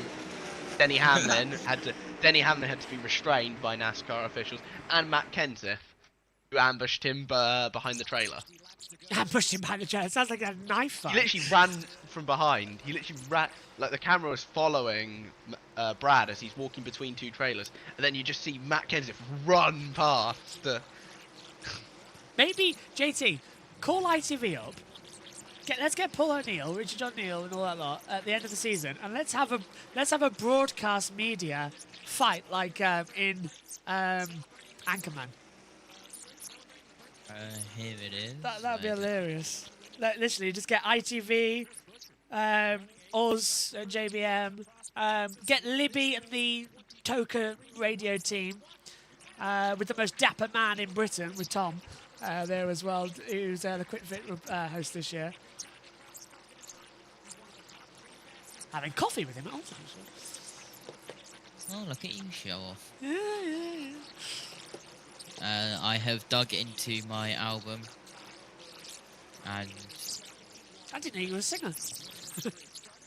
there you go. Hang on a minute. Ah, there it is. There's the 24. That thing. I'm sorry, Flames but on a race car will never not look cool. what happened to NASCAR's being sexy? Why these days are we looking at literally one of the sponsors? Who was it? Who's got the shorts on this weekend? Who is it? Where are I'm going to Daniel remove Suarez. that. Yeah. I'm not going to remove. I'm going to remove that, and I'm not going to mention one of the sponsors on the Euro NASCAR. I will message it to you. Probably so. But literally, Message it Daniel to me. Suarez Is it who I think it is? has got Is a it what I million think it is? boxes in the side of the car.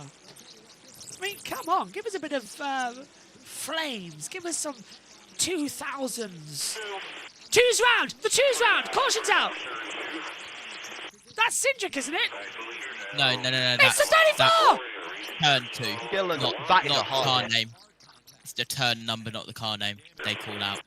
Gilliland backwards in the wall at 2. He's going to try and restart. He's got the rear smashed in, though. Oh, that's not good at all. Why is it every time we go to battle camera as well that we get that yellow out? Amazon have messed up their audio again, by the way, so that's from one outbreak to the next. They must have not put a fader up. So, Todd Gilliland, 3 starts at Michigan, best finisher 27th. It looks like it's going to be a time from him. Rear smashed up. I don't think he can get that one going, Jack, can he? Yeah, that's day done. Oh. Car is absolutely for the scrapyard.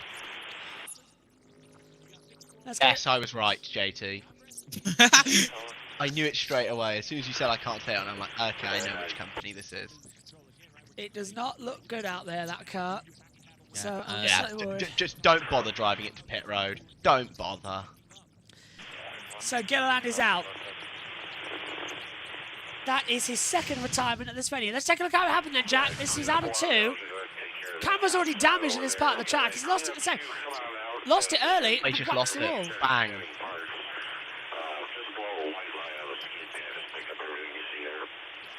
They're going to clean the track. I don't know if it was oil or something. It just looks like he lost it round. Okay, let's send it back up to Prime. Under-predict the speed, you can fail a tire, but we saw SVG had one in practice here right away on Saturday. And then a little bit later, it was actually a front, which is surprising, but a front for the 12 of Ryan Blaney. Normally we see it in the rear because the advantage is in the rear, and then it was the 45 of Reddickdale you just talked about in the ones to watch.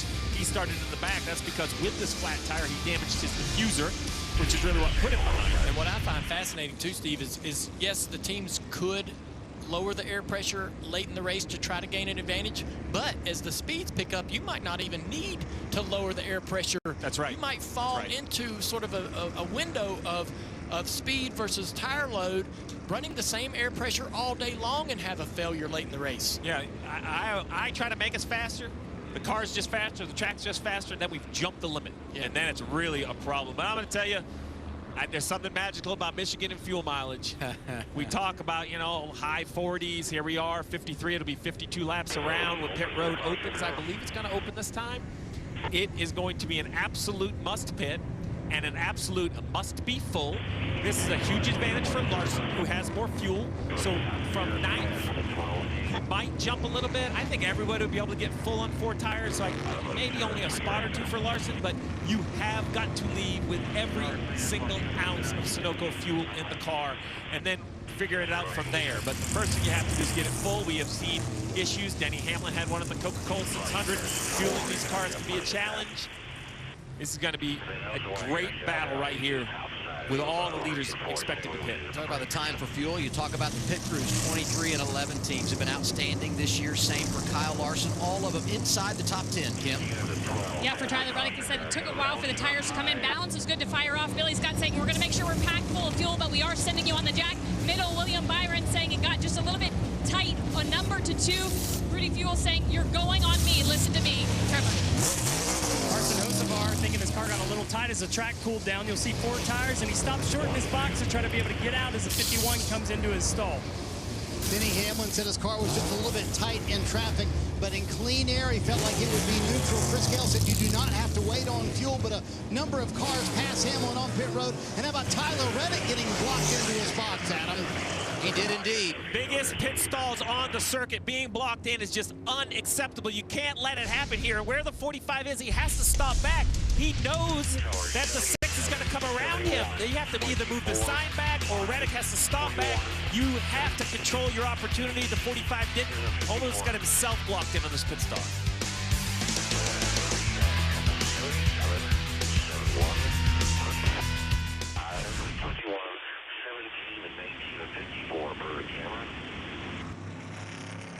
The officials radio just coming through the other side. 11, 60. So, we are 30 laps in to the 80 stage 3. 50 laps to go. And this is caution number 7 for the 34. Yes.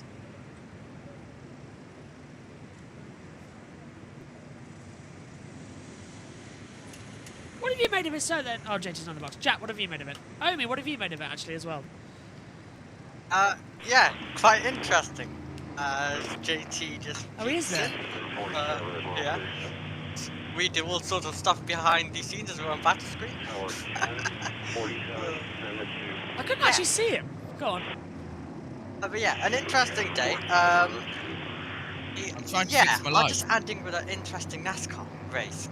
It's been interesting. As you mentioned, a bit of a red flag here earlier on. But yeah, we're getting back into some momentum now. Hopefully that will continue after this caution. First yawn of the broadcast. I think that's reliable with it. Usually we'll be starting the NASCAR race at this time, not finishing it, so that's good news. Jack, what about you? Great race, I reckon. Yeah, pretty entertaining. I think this is really anyone's win at this point. When did Zane Smith get in the lead down?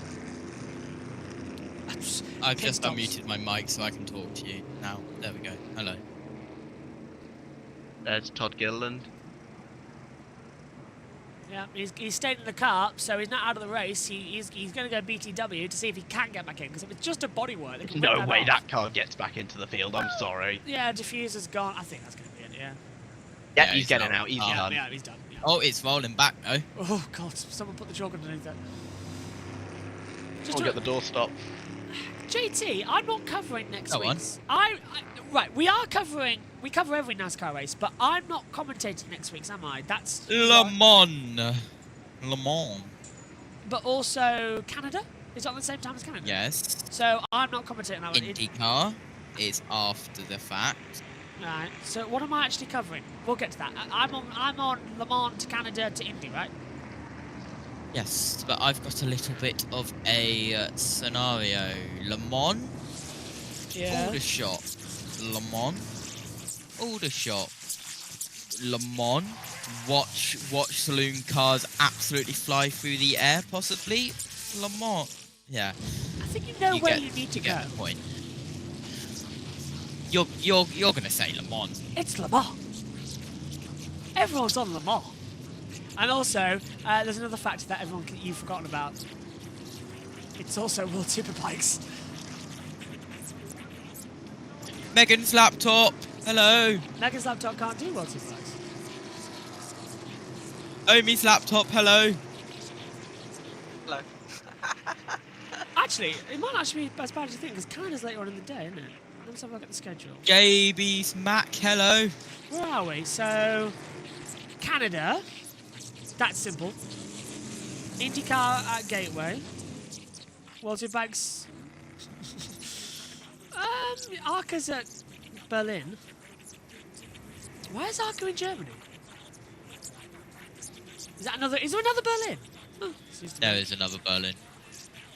Did the Americans get mistaken and made the wrong one? Right, anyway. It's in Michigan, believe it or not, it's Berlin.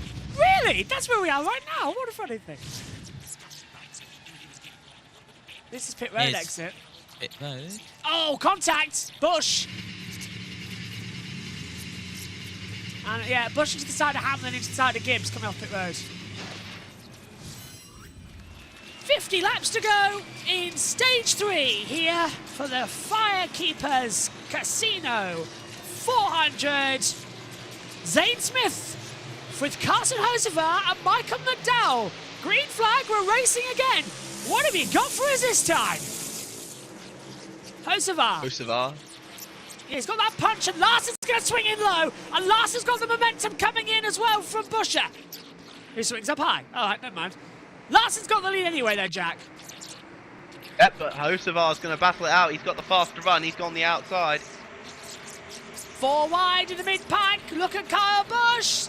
Swings it through on the inside. Bubba Wallace just getting out of it a little bit as well. I have to really lean in to see the pictures. AJ Allmendinger is looking cracking, and Carson Hocevar leads, and I heard the crowd go nuts. Hocevar leads in Michigan. Yes. Get in there. That's what we like to see. This is great Trim stuff. driver leading. Go on. Something else that happened today, JB. A Mexican wave ran the full Vans Hatch Indy circuit, and it was successful. That's impressive, that is. Well done, UK fans showing NASCAR love. We should have broadcasted it at Trackside, but everything else was going on, I suppose. They play music literally before every session and after every session. Oh! Byron just cut off Larson and Busher in such a fashion that it almost caused a big one. What are you doing, William Byron? It was impressive, but right up the track. And look at that. It's going to allow the 38 Zane Smith to come in with the push from Ty Gibbs. Bush is sitting duck now. Larson was looking to break away. Sorry, go on, JT. Part of American Speed Fest is they play a piece of music before and after every single session on track. So, the NASCAR was Thunderstruck, obviously. Oh, yeah, that kind of rings true. Legends, I believe, was no particular place to go. Jailhouse Rock was in there as well. Order through a party in the country. In other words, copyright chaos. Yeah, but it's alright with this one because we get away with it anyway. Oh, inside line, Kozlowski. Where's SVG? SVG's come out of nowhere. Where is he? He's 16th. Yeah, out of nowhere here, SVG. He's been getting better on those ovals recently. I'm concerned about cloud cover. It's come out of nowhere into turn 1 and 2. Radar's not showing anything. I'll let JT. No rain, I think. Yeah. JT's doing his wizardy pokery, I'm sure. No, I'm. You're going through files, aren't you? No, well, yes, but no. I am doing some more design work for the saloon stock car thing we have going on at the moment. Oh yeah, BMO and PG, yeah, getting ready for that. That is being prepared. Have you seen anything from that actually? I have not. Okay. I've been so sick over this weekend. Today's the first time I felt okay. The little bit of a demo I did is in commentary announcement somewhere, and it's the roof colours. Amy's giggling. Yeah. Yeah. Very nice. Didn't you two do a race and then realise that Omi wasn't recording? No. What? Didn't you two do a race or something and then one of you didn't record something? No. Okay, good. 3 wide, mid-pack. As unlike someone in this call, Joshua Birch, we always record.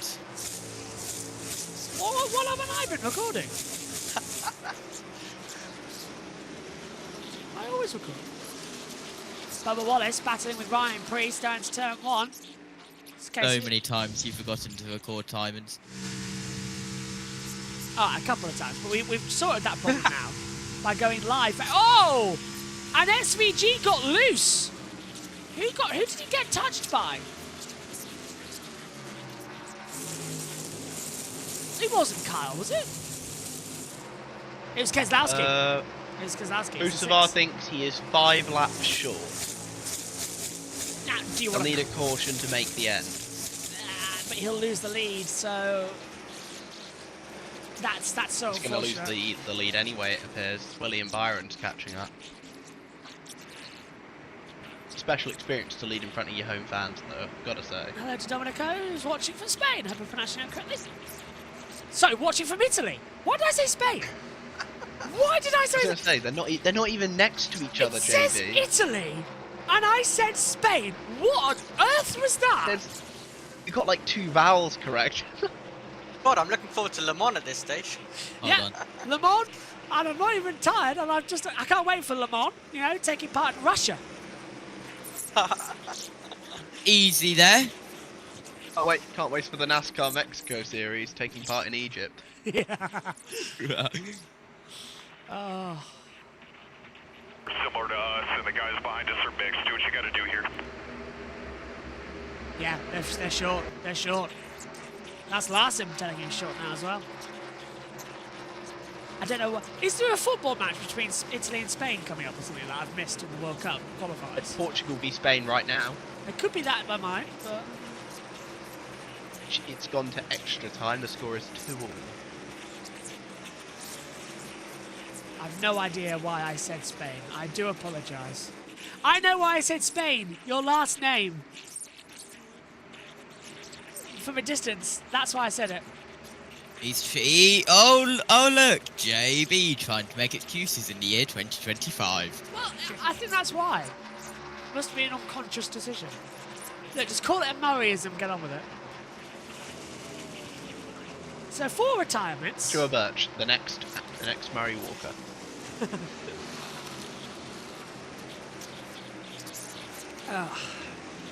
Murray got time off. I didn't.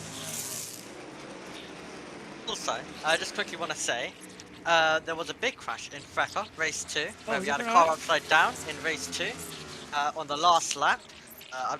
I sent a message to the driver. Me and him usually talk a bit, so he's just confirmed that he is okay. He was upside down on the last lap, so luckily everything is okay. He's had his checks and he's just confirmed to me that he is all fine.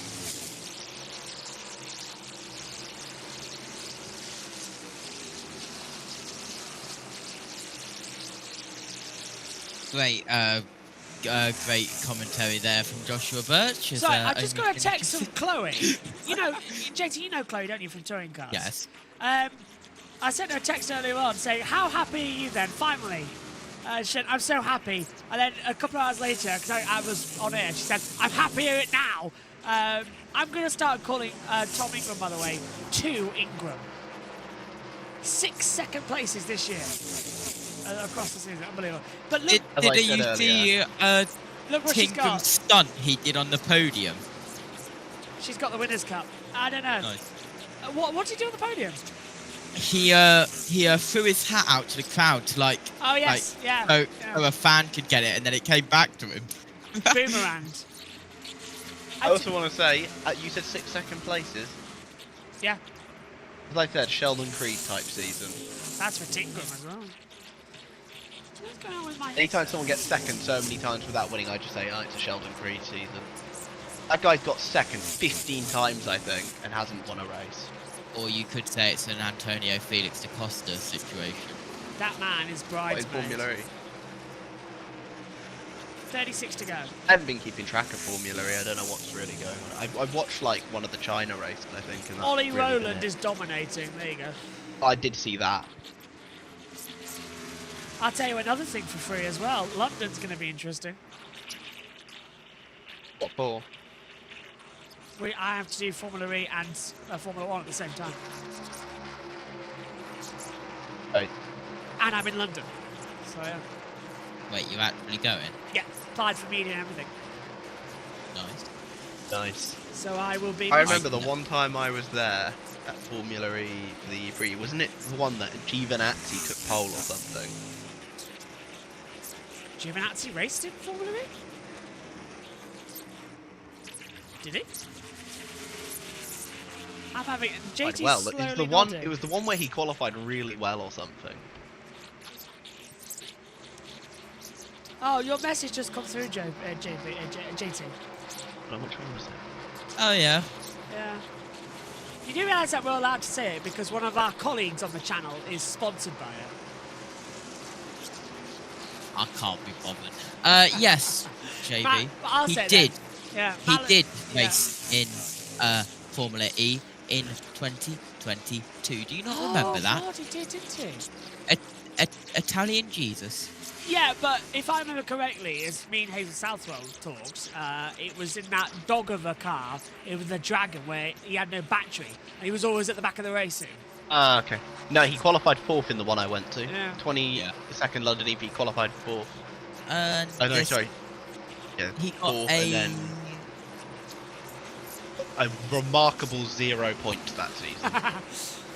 Race 1, 20th, race 2, 20th, race 3, retired, race 4, 18th, 5th, retired, 6th race, 16th, then 20th, 22nd, retired, 19th, retired,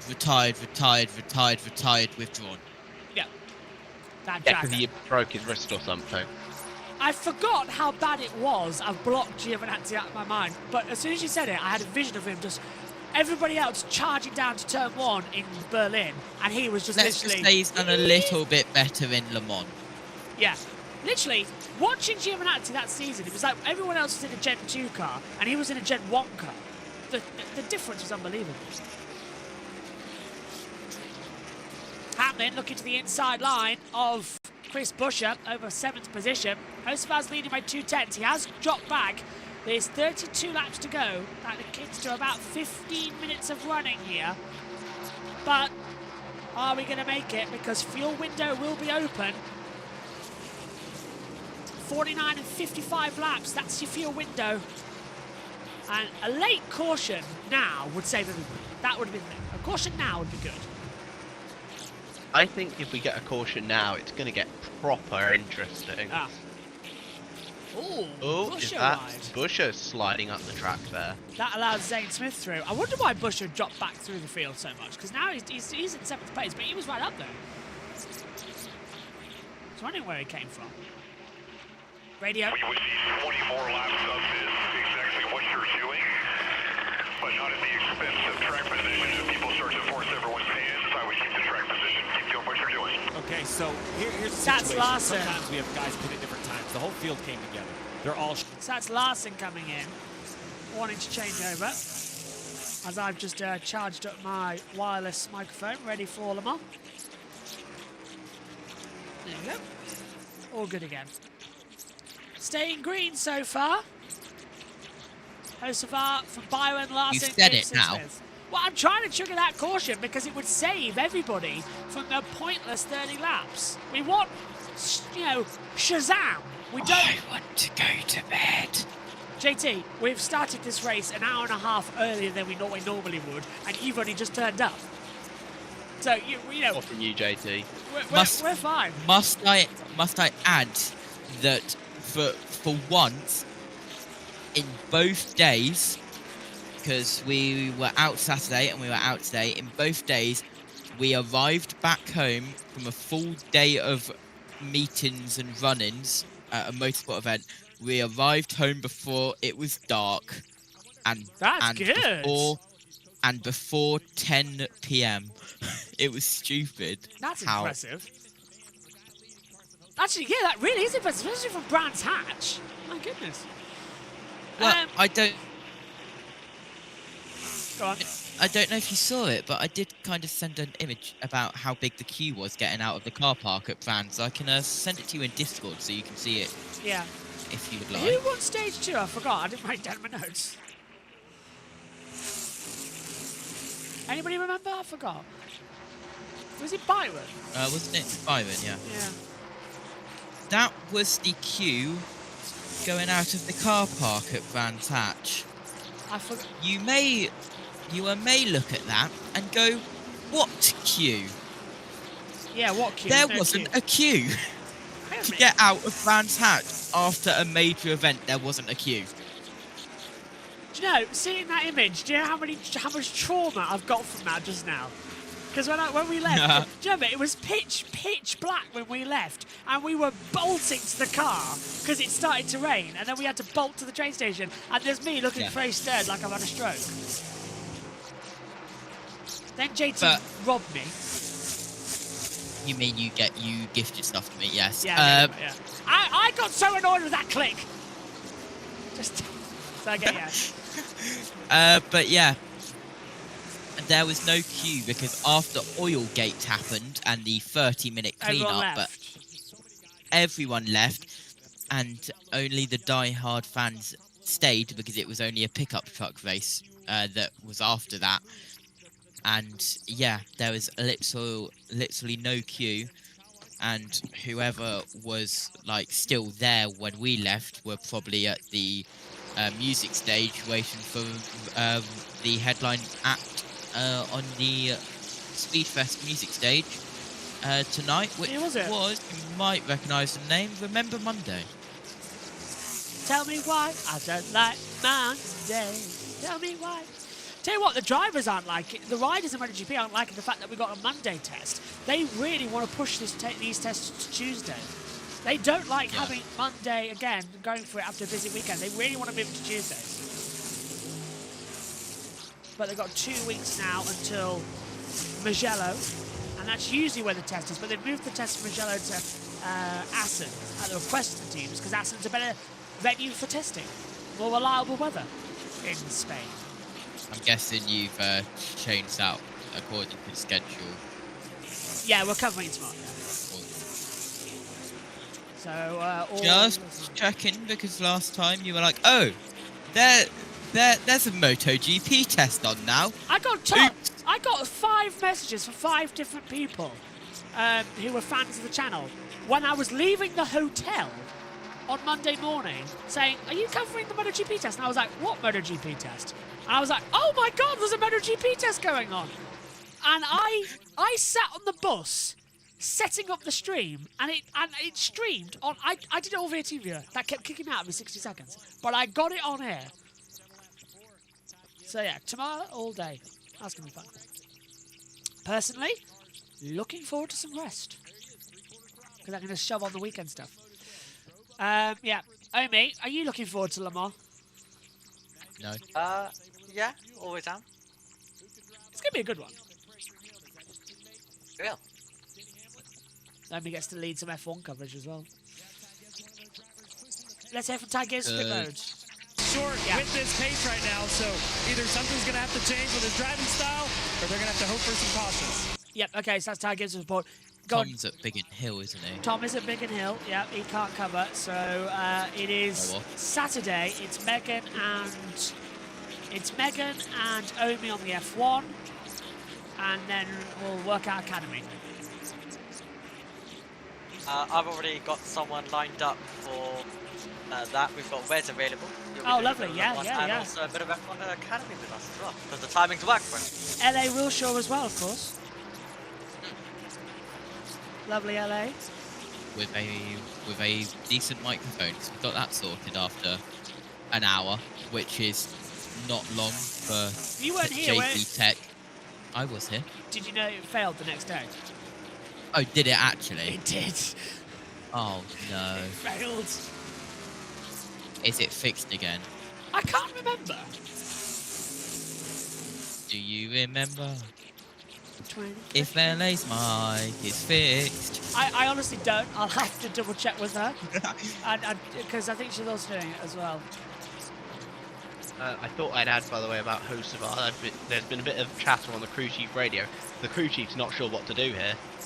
Doesn't know whether they should stay out, hope for a caution, or pit and get a very good finish. I would do the latter personally, considering where Hocevar is in points. I'm agreeing with you there. It's a splash and dash attempt, isn't it, right now? And Byron's right at the back of Hocevar here, coming into turn 3. So Hocevar's backed off so much. Byron's going to get through, and Byron's good with fuel. He's going to have him soon. I'm unsure when the F1 Academies are, and plus one of those, there's 3 F1 Academy races, and Omi's got one of them because he didn't get one. His one got cancelled, so it's only fair we give him one. And I know Jess also has esports covering on that Saturday night. So Omi's stepping into the breach once more as LA Wilshaw gets up to speed. And Hocevar's lifted! Hocevar's lifted! And Byron takes lead! Hocevar's got a flat! Hocevar's got a flat! Of all the things! It's not fuel! It's a flat rear left! Oh! 100,000 hearts here in Michigan are beating! Oh no! At least he's coming to pit road now. He's kept it green, but that just failed. We said about punctures earlier on, didn't we, Jack? That just went. There was no contact with anything. Luckily he didn't go around. Pit road, on the bottom left, dropping below the cut line as he comes to service of the crew who are, look, it's hard to be ready for everything. He got to pit road, now right sides have gone on. We'll change lefts. And fuel it, go. The great run has ended for the 77. They'll put fuel on it. Maybe there'll be a caution. Maybe he can recover for some spots, but no chance this 77 is going to victory lane today. It's been a headline. Yeah, Jess agrees. Seems fair for Omi to get one. We left him and abandoned one in Miami. It's unfair. He was looking forward to it. So yeah, we'll see how that goes. Because that is actually. I do. That's really mean. That's really mean. Heartbreaking. Career high laps led though for him today. Yeah, how many in total? His previous high was 22, I think. So. He's led 31. I'm double checking. Good for him. He's getting closer to a win every race. I'm having to double check now because I'm not actually sure how many laps he's led. 77. 32 laps led today. He was our second leader. I had to look really up the leader chart there on my monitor to find it out. Hocevar has to be one of the unluckiest drivers on the grid. I swear to God. get the worst luck. Like, he's been super fast. He's been faster than probably some of the guys above the cut line. He's dropped into 30th, but here's a thought. What if that was luck? The tyre blows, he doesn't spin it around, he gets to pit lane, gets the fuel, and now everyone in front of him is on less fuel, and if a caution comes out, he's right back at the front. I would like to add quickly. Yeah, go on. I would like to add to this. Hocevar himself was asked, do you want to pit for a good position or stay out and hope for a win? He said stay out initially. So that's forced them to pit. He wasn't going to pit initially. Let's see if it's the racing gods intervening. With 15 laps to go here, Byron, Larson, Hamlin, and Hamlin's passed Larson. Hamlin's up to second place. JB. Go on. DMs. On it. Thank you very much. Hamlin now chasing after Byron, JT. That was the most me response you could get with the thank you very much as William Byron goes to turn 4 now, and which one are you telling me to look at? All of them. As Byron crosses the line with Hamlin quarter of a second behind, with Larson, Gibbs, Busher, Zane Smith, Chastain, Wallace, Bush, and increase your top 10 with Reddick, Keselowski, Berry, Jones, Allmendinger. Suarez moves up to 16th. And then McDowell behind them with Bell. Austin Dillon just moved up into 22nd past Stenhouse Jr. And side by side for third place, that is Gibbs taking away third place from the 5 of Kyle Larson. Back to the leaders with 13 about to come, 12 laps to go. Out of turn 4, across the line. And Byron leads this time by 0.225 of a second, and there goes the time in Slovin, moving Gibbs up towards third place. Omi, DMs. I was going to say, JT, your all of them thing just reminded me of the 2022 Indy Road Course race when Harvick got spun out on the start, and he asked who spun me, and then the spotter's like, there was like 5 drivers piling into each other. He's like, tell me all 5 of them so I can wreck all of them. He didn't wreck any of them, but that is typical happy Harvick.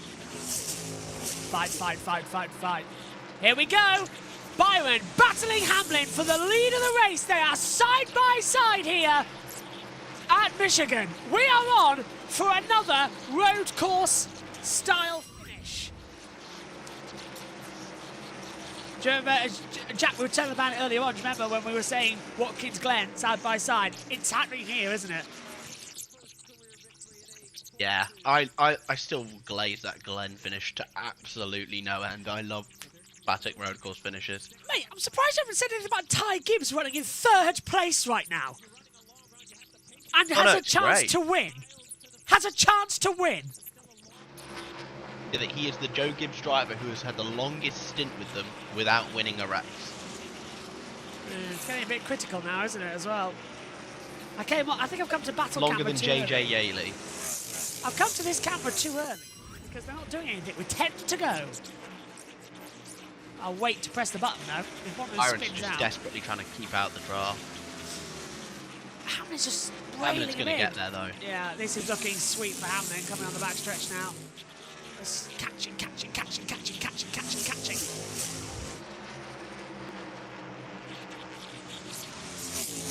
think Hamlin's falling back now. Right, here we go. Back onto the battle cameras. Here we go. This is Larson under pressure now with Busher. Fast all day, Chris Busher. Should have won it, in my opinion. Had the pace to. Led 13 laps here today. I would agree with you, but my boy Hocevar, man, he can't get any luck. Yeah, Carl Hocevar would have been the perfect winner.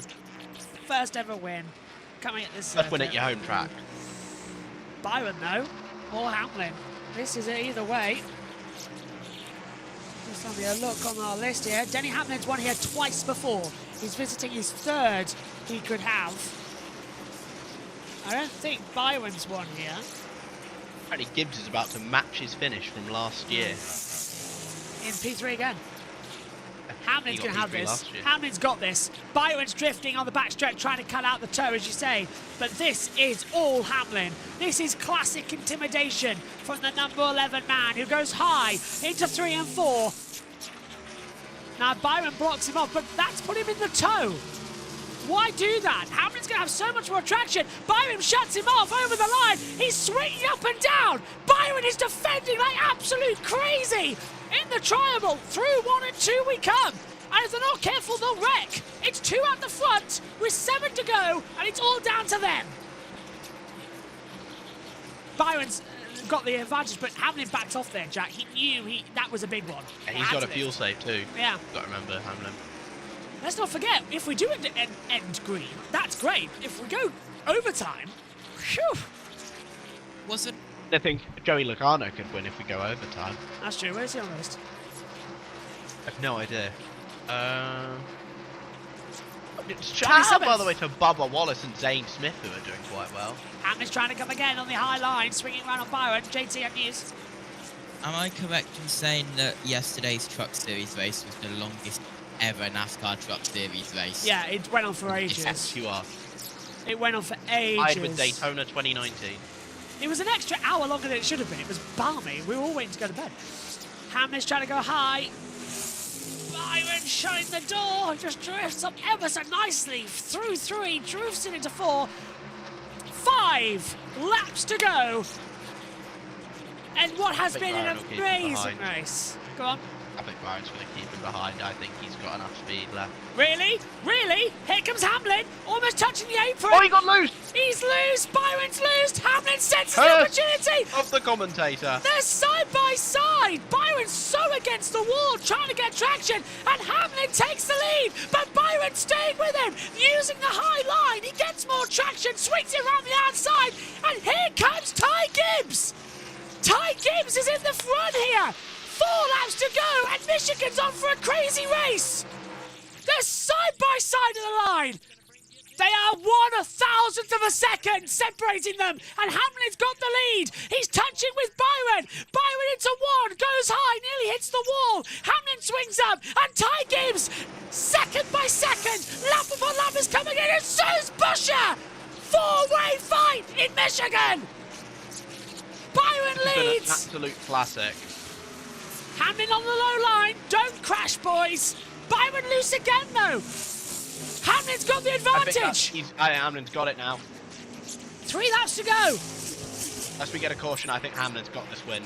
I don't think Gibbs is close enough to get it. No. Gibbs could tie his finish Buscher. from last year. But you know what? Do you know who has something to say about that? Chris Buscher around the outside. A sensational move. I said that man could have been a winner today. He got a lucky with the caution earlier on in the race.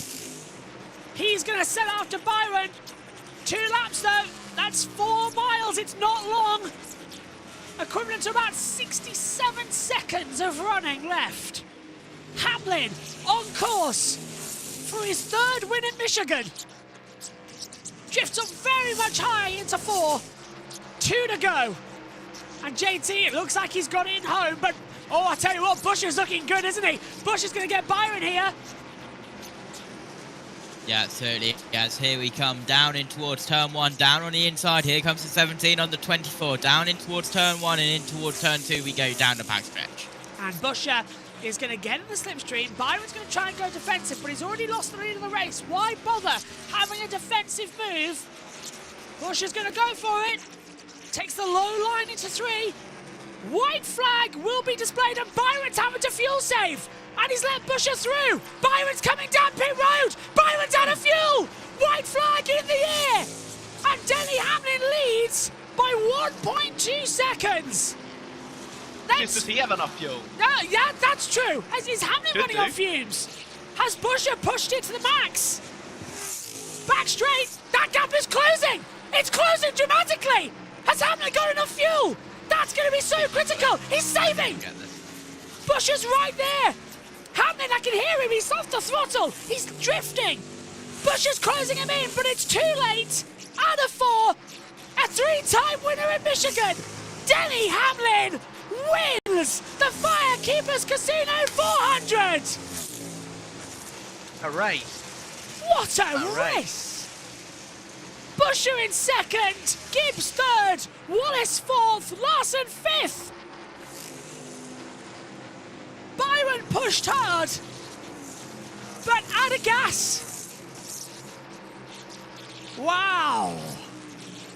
Hamlin was marginal. I can tell you that he was really marginal there. Busher, a second back. If we'd just gone early, he might have done it.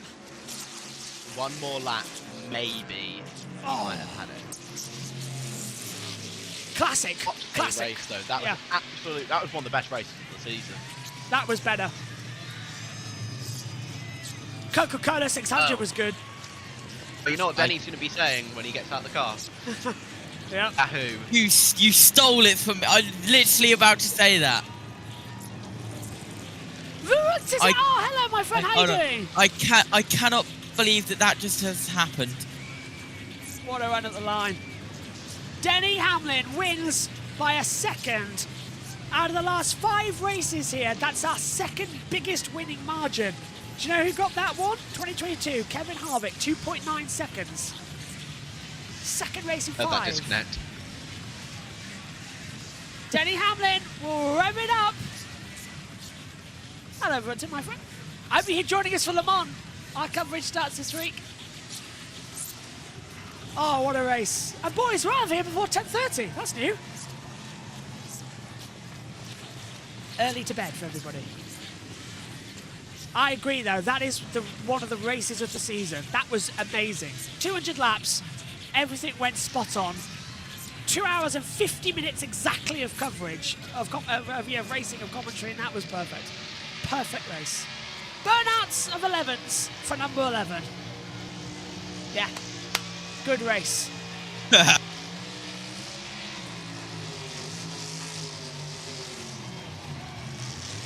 Next up, road course. Off to Mexico City. I'll sync that one out as I'll be in Canada and Le Mans. And I'll be... He's so good, JB. He's in 2 countries at once. Yep. Oh, down comes the car. Don't hit the cameraman.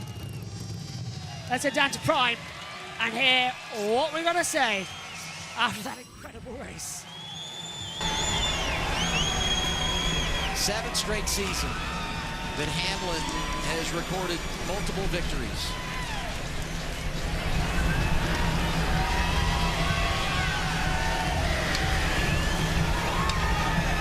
Arlington, Martinsville, and now Michigan.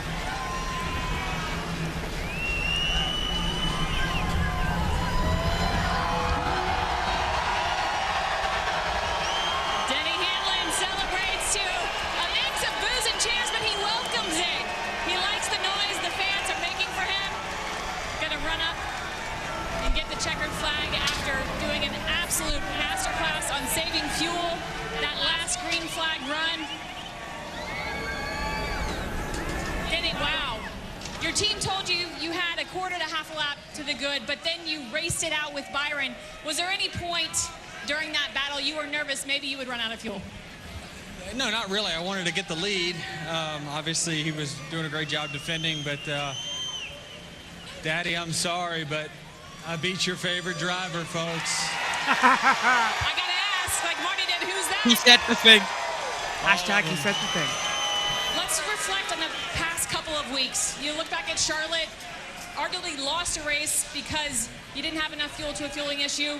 Stuff on the 2311 side. You've been on baby watch. How satisfying is it to come here and win after the last few weeks? It's fantastic. You know, Chris Gale, this whole team just done a great job, and we've been so fast throughout the entire year. Just haven't finished it for one reason or another, but it feels good to come here to Michigan where we've been so close over the years and get a victory for Toyota, Yahoo, Sport Clips, Shady Rays, the Jordan brand, everyone. So just, man, this is such a gratifying day to, you know, restart 11th, 12th, something like that, and then drive to the front. I know you told me you weren't really concerned about fuel, but how much discipline did it take during the beginning of the run to make sure you saved enough? Well, I was going all out pretty much the entire time. Once I got to the lead, that's when I started saving. He kept telling me I was good, and I knew I was going to have to go 100% to get around everybody, but just worked them one by one. Congratulations. Thank you. Denny Hamlin, a winner at Michigan. It's Mrs. Cheers and Booze. What a race. What an unusual situation. I think it's a mix, isn't it, JT, between people loving him and people hating him out there? Yeah, it's always 50-50 when he gets out the car, isn't it? You can't tell if it's boos or if it's cheers. Yeah. Whatever you just did to your mic, never do that again. Thank you. That wasn't me. No. It's the track. It's the brakes. You thought it was me. It's the brakes of Hamlin. Thinks it was me. He's going the wrong way now around the circuit. Well, 9 times out of 10 it is you. Oh, thanks very much. Point there, you know. Can't even do it when I want to do it. Not bad. Well, we're out of here before we're actually scheduled to. Thanks to everybody who's watched as well. Let's get some hot moments then before we actually wrap up and get some more drivers' interviews. JT, I'll start with you because you weren't here for all of it. What did you think of the race? From what I saw of it, very good race, and he's burning it up once again. Saw that coming. But he's stuck it. He's stuck now. On the low line, on the apron out of 4. He can't get it. He's stuck. He's stuck. Well done, Denny. Let him get to victory lane. Jack, what about you? What do you make of that? A classic, I reckon, in the making, that was. Michigan should have 2 days. I would also like to point out, we have 3 RFK cars in the top 10 today. Fair play to them. They showed up today. But yeah, absolute asset of a race. It's one of the best we've seen this season. Classic strategy duel right there. And, well, he beat our favourite drivers, guys. Time and time again. Omi, what about you? Absolute cinema. Yeah, I posted that on Twitter. Is Omi here or is he gone? He's deafened. He's on deafened. Okay. Let's get the final thoughts then from Prime and then we'll head off. He's not even going to school. He can teach his own class. We all know Denny's racing IQ is the most in the field. Nothing's going to surprise him. Him and Chris Gale seem to be picking up right where Gabe Hart left off, and that 11 team is cruising right now. I feel like we're almost exactly where we were 3 weeks ago in Charlotte, North Carolina. Heartbreak for William Byron towards the end again. And when Dale said, hey, I'm feeling nervous, we're sitting back there feeling the same way because there were so many storylines, so many things playing out. We saw Hocevar with the left rear tire out of nowhere. That was a heartbreaker. We saw the 45 get stuck here on pit road. That changed the face of the race. So, yes, a lot going on in addition to 205 miles an hour all day. Well, you talk about heartbreak. The entire heart of Michigan got ripped out with the left rear air pressure of the 77. Career day. That was a thoroughbred, but the reins were off. He was going, and unfortunately, we never really got to see how that fuel mileage played out in that 77. Left rear tire took him out of it. I saw Luke Lambert walk by me, dejected. I know. But I'll tell you what, so that 77 keeps putting himself in those positions. Yeah. It's not a matter of if they win, it's just a matter of when. Absolutely. For the young Carson Hocevar right here at his home track. For Denny Hamlin, it's been 2 months and 2 days since Joe Gibbs Racing has found victory lane. The last time they did it, Denny Hamlin got it done at Darlington, and now he has 3 wins on the season, tying for the highest total with Kyle Larson and Christopher Bell. We're breaking it down with a live post-race show right here on Amazon Prime, coming up next. I mean, not to be rude or anything, but can Denny's wife be expecting a baby every weekend of the year? Because every time he does, he just wants to be out of here. It's time and time again. It's just better and better racing. Isn't it, JT? Oh, I think he might be running out of fuel here. He's got a little push. Thank you. Yeah, not too bad, not too bad. Okay, let's wrap up for ourselves, guys. Do something cool very quickly. Yes, of course you can. Okay, this is a little bit of a sneak peek, guys. This is every single car that has currently been made On BMW GR server. So our racing Yes. server will be on soon. That was cool, to be fair. Red and yellow for European Championship. Oh, my camera's so laggy. Gold, then yellow, European Championship, and gold roof for the Bristol F1s. And then you've got Omi's car with the blue roof, Sanson's car with a yellow roof. Yes, that is what you think it is. He did ask me to make that. Oh yeah, Sanson's back with us for Le Mans. I forgot about that. Go on. Yep, and then your car with the white roof, and then my normal car with the red roof, but whoever wins the championship races will get the red and yellow checks or gold roofs. I need to message Samson actually, And because he's back with us. Go on. They look... I don't want to toot my own horn or anything, but those roofs look very nice. They look really well done, actually, mate. Well done. Okay, final thoughts. Jack, starting with you. Final thoughts from this race. Absolute classic of a race. That's what I've got to say on it. Perfect old-fashioned strategy duel. I love it. And we finally got the beat our favourite driver quote back. JT? It was a very good race. It's been a good day for everything except the thing on two wheels, which we don't want to talk about. Moto 3 and Moto 2 were great. Moto 3 separated by 50 thousandths of a second. Moto 2 by 3 thousandths of a classic second. Moto 3 race then. Yeah, Moto 2 by 3 thousandths of a second. And then MotoGP by 1 second. But it was Mark and Alex, so yeah, kind of the same thing. Yeah. Okay, And of course, well, Moto 2 was the closest in Moto 2 history, you got to mention. it is, yeah. But we've had some in the 250cc category where they've been exactly the same time in 1,000. So to be 3,000 is the closest in the modern era of Moto 2 history, yes. Okay, well, my thanks to you, JT, for turning up, and my thanks as well to you, Jack, as well, for being with us in the commentary box, and Omi as well for popping into the background. Here's your coverage details. It's a big week. Tomorrow, on Monday, on JB Motorsports 2, from 9 a.m, we are underway with the test day from Motorland Aragon. We'll bring you all the action from that as well. On Tuesday, it's a rest day, but Wednesday, Thursday, Friday, Saturday, Sunday, Monday, we are non-stop. We will be with the Le Mans 24-hour coverage, the Canadian Grand Prix, the World Superbikes, and all the action as well, ready for the Le Mans 24-hour. Plus, we've got NASCAR and IndyCar. It's a busy weekend. My thanks to you all. What a great pleasure it's been, and a nice weekend, and nice to see so many new fans here joining us here on JB Motorsports. Denny Hamlin, beat your favourite driver. We'll see you next time in Mexico City. Bye-bye.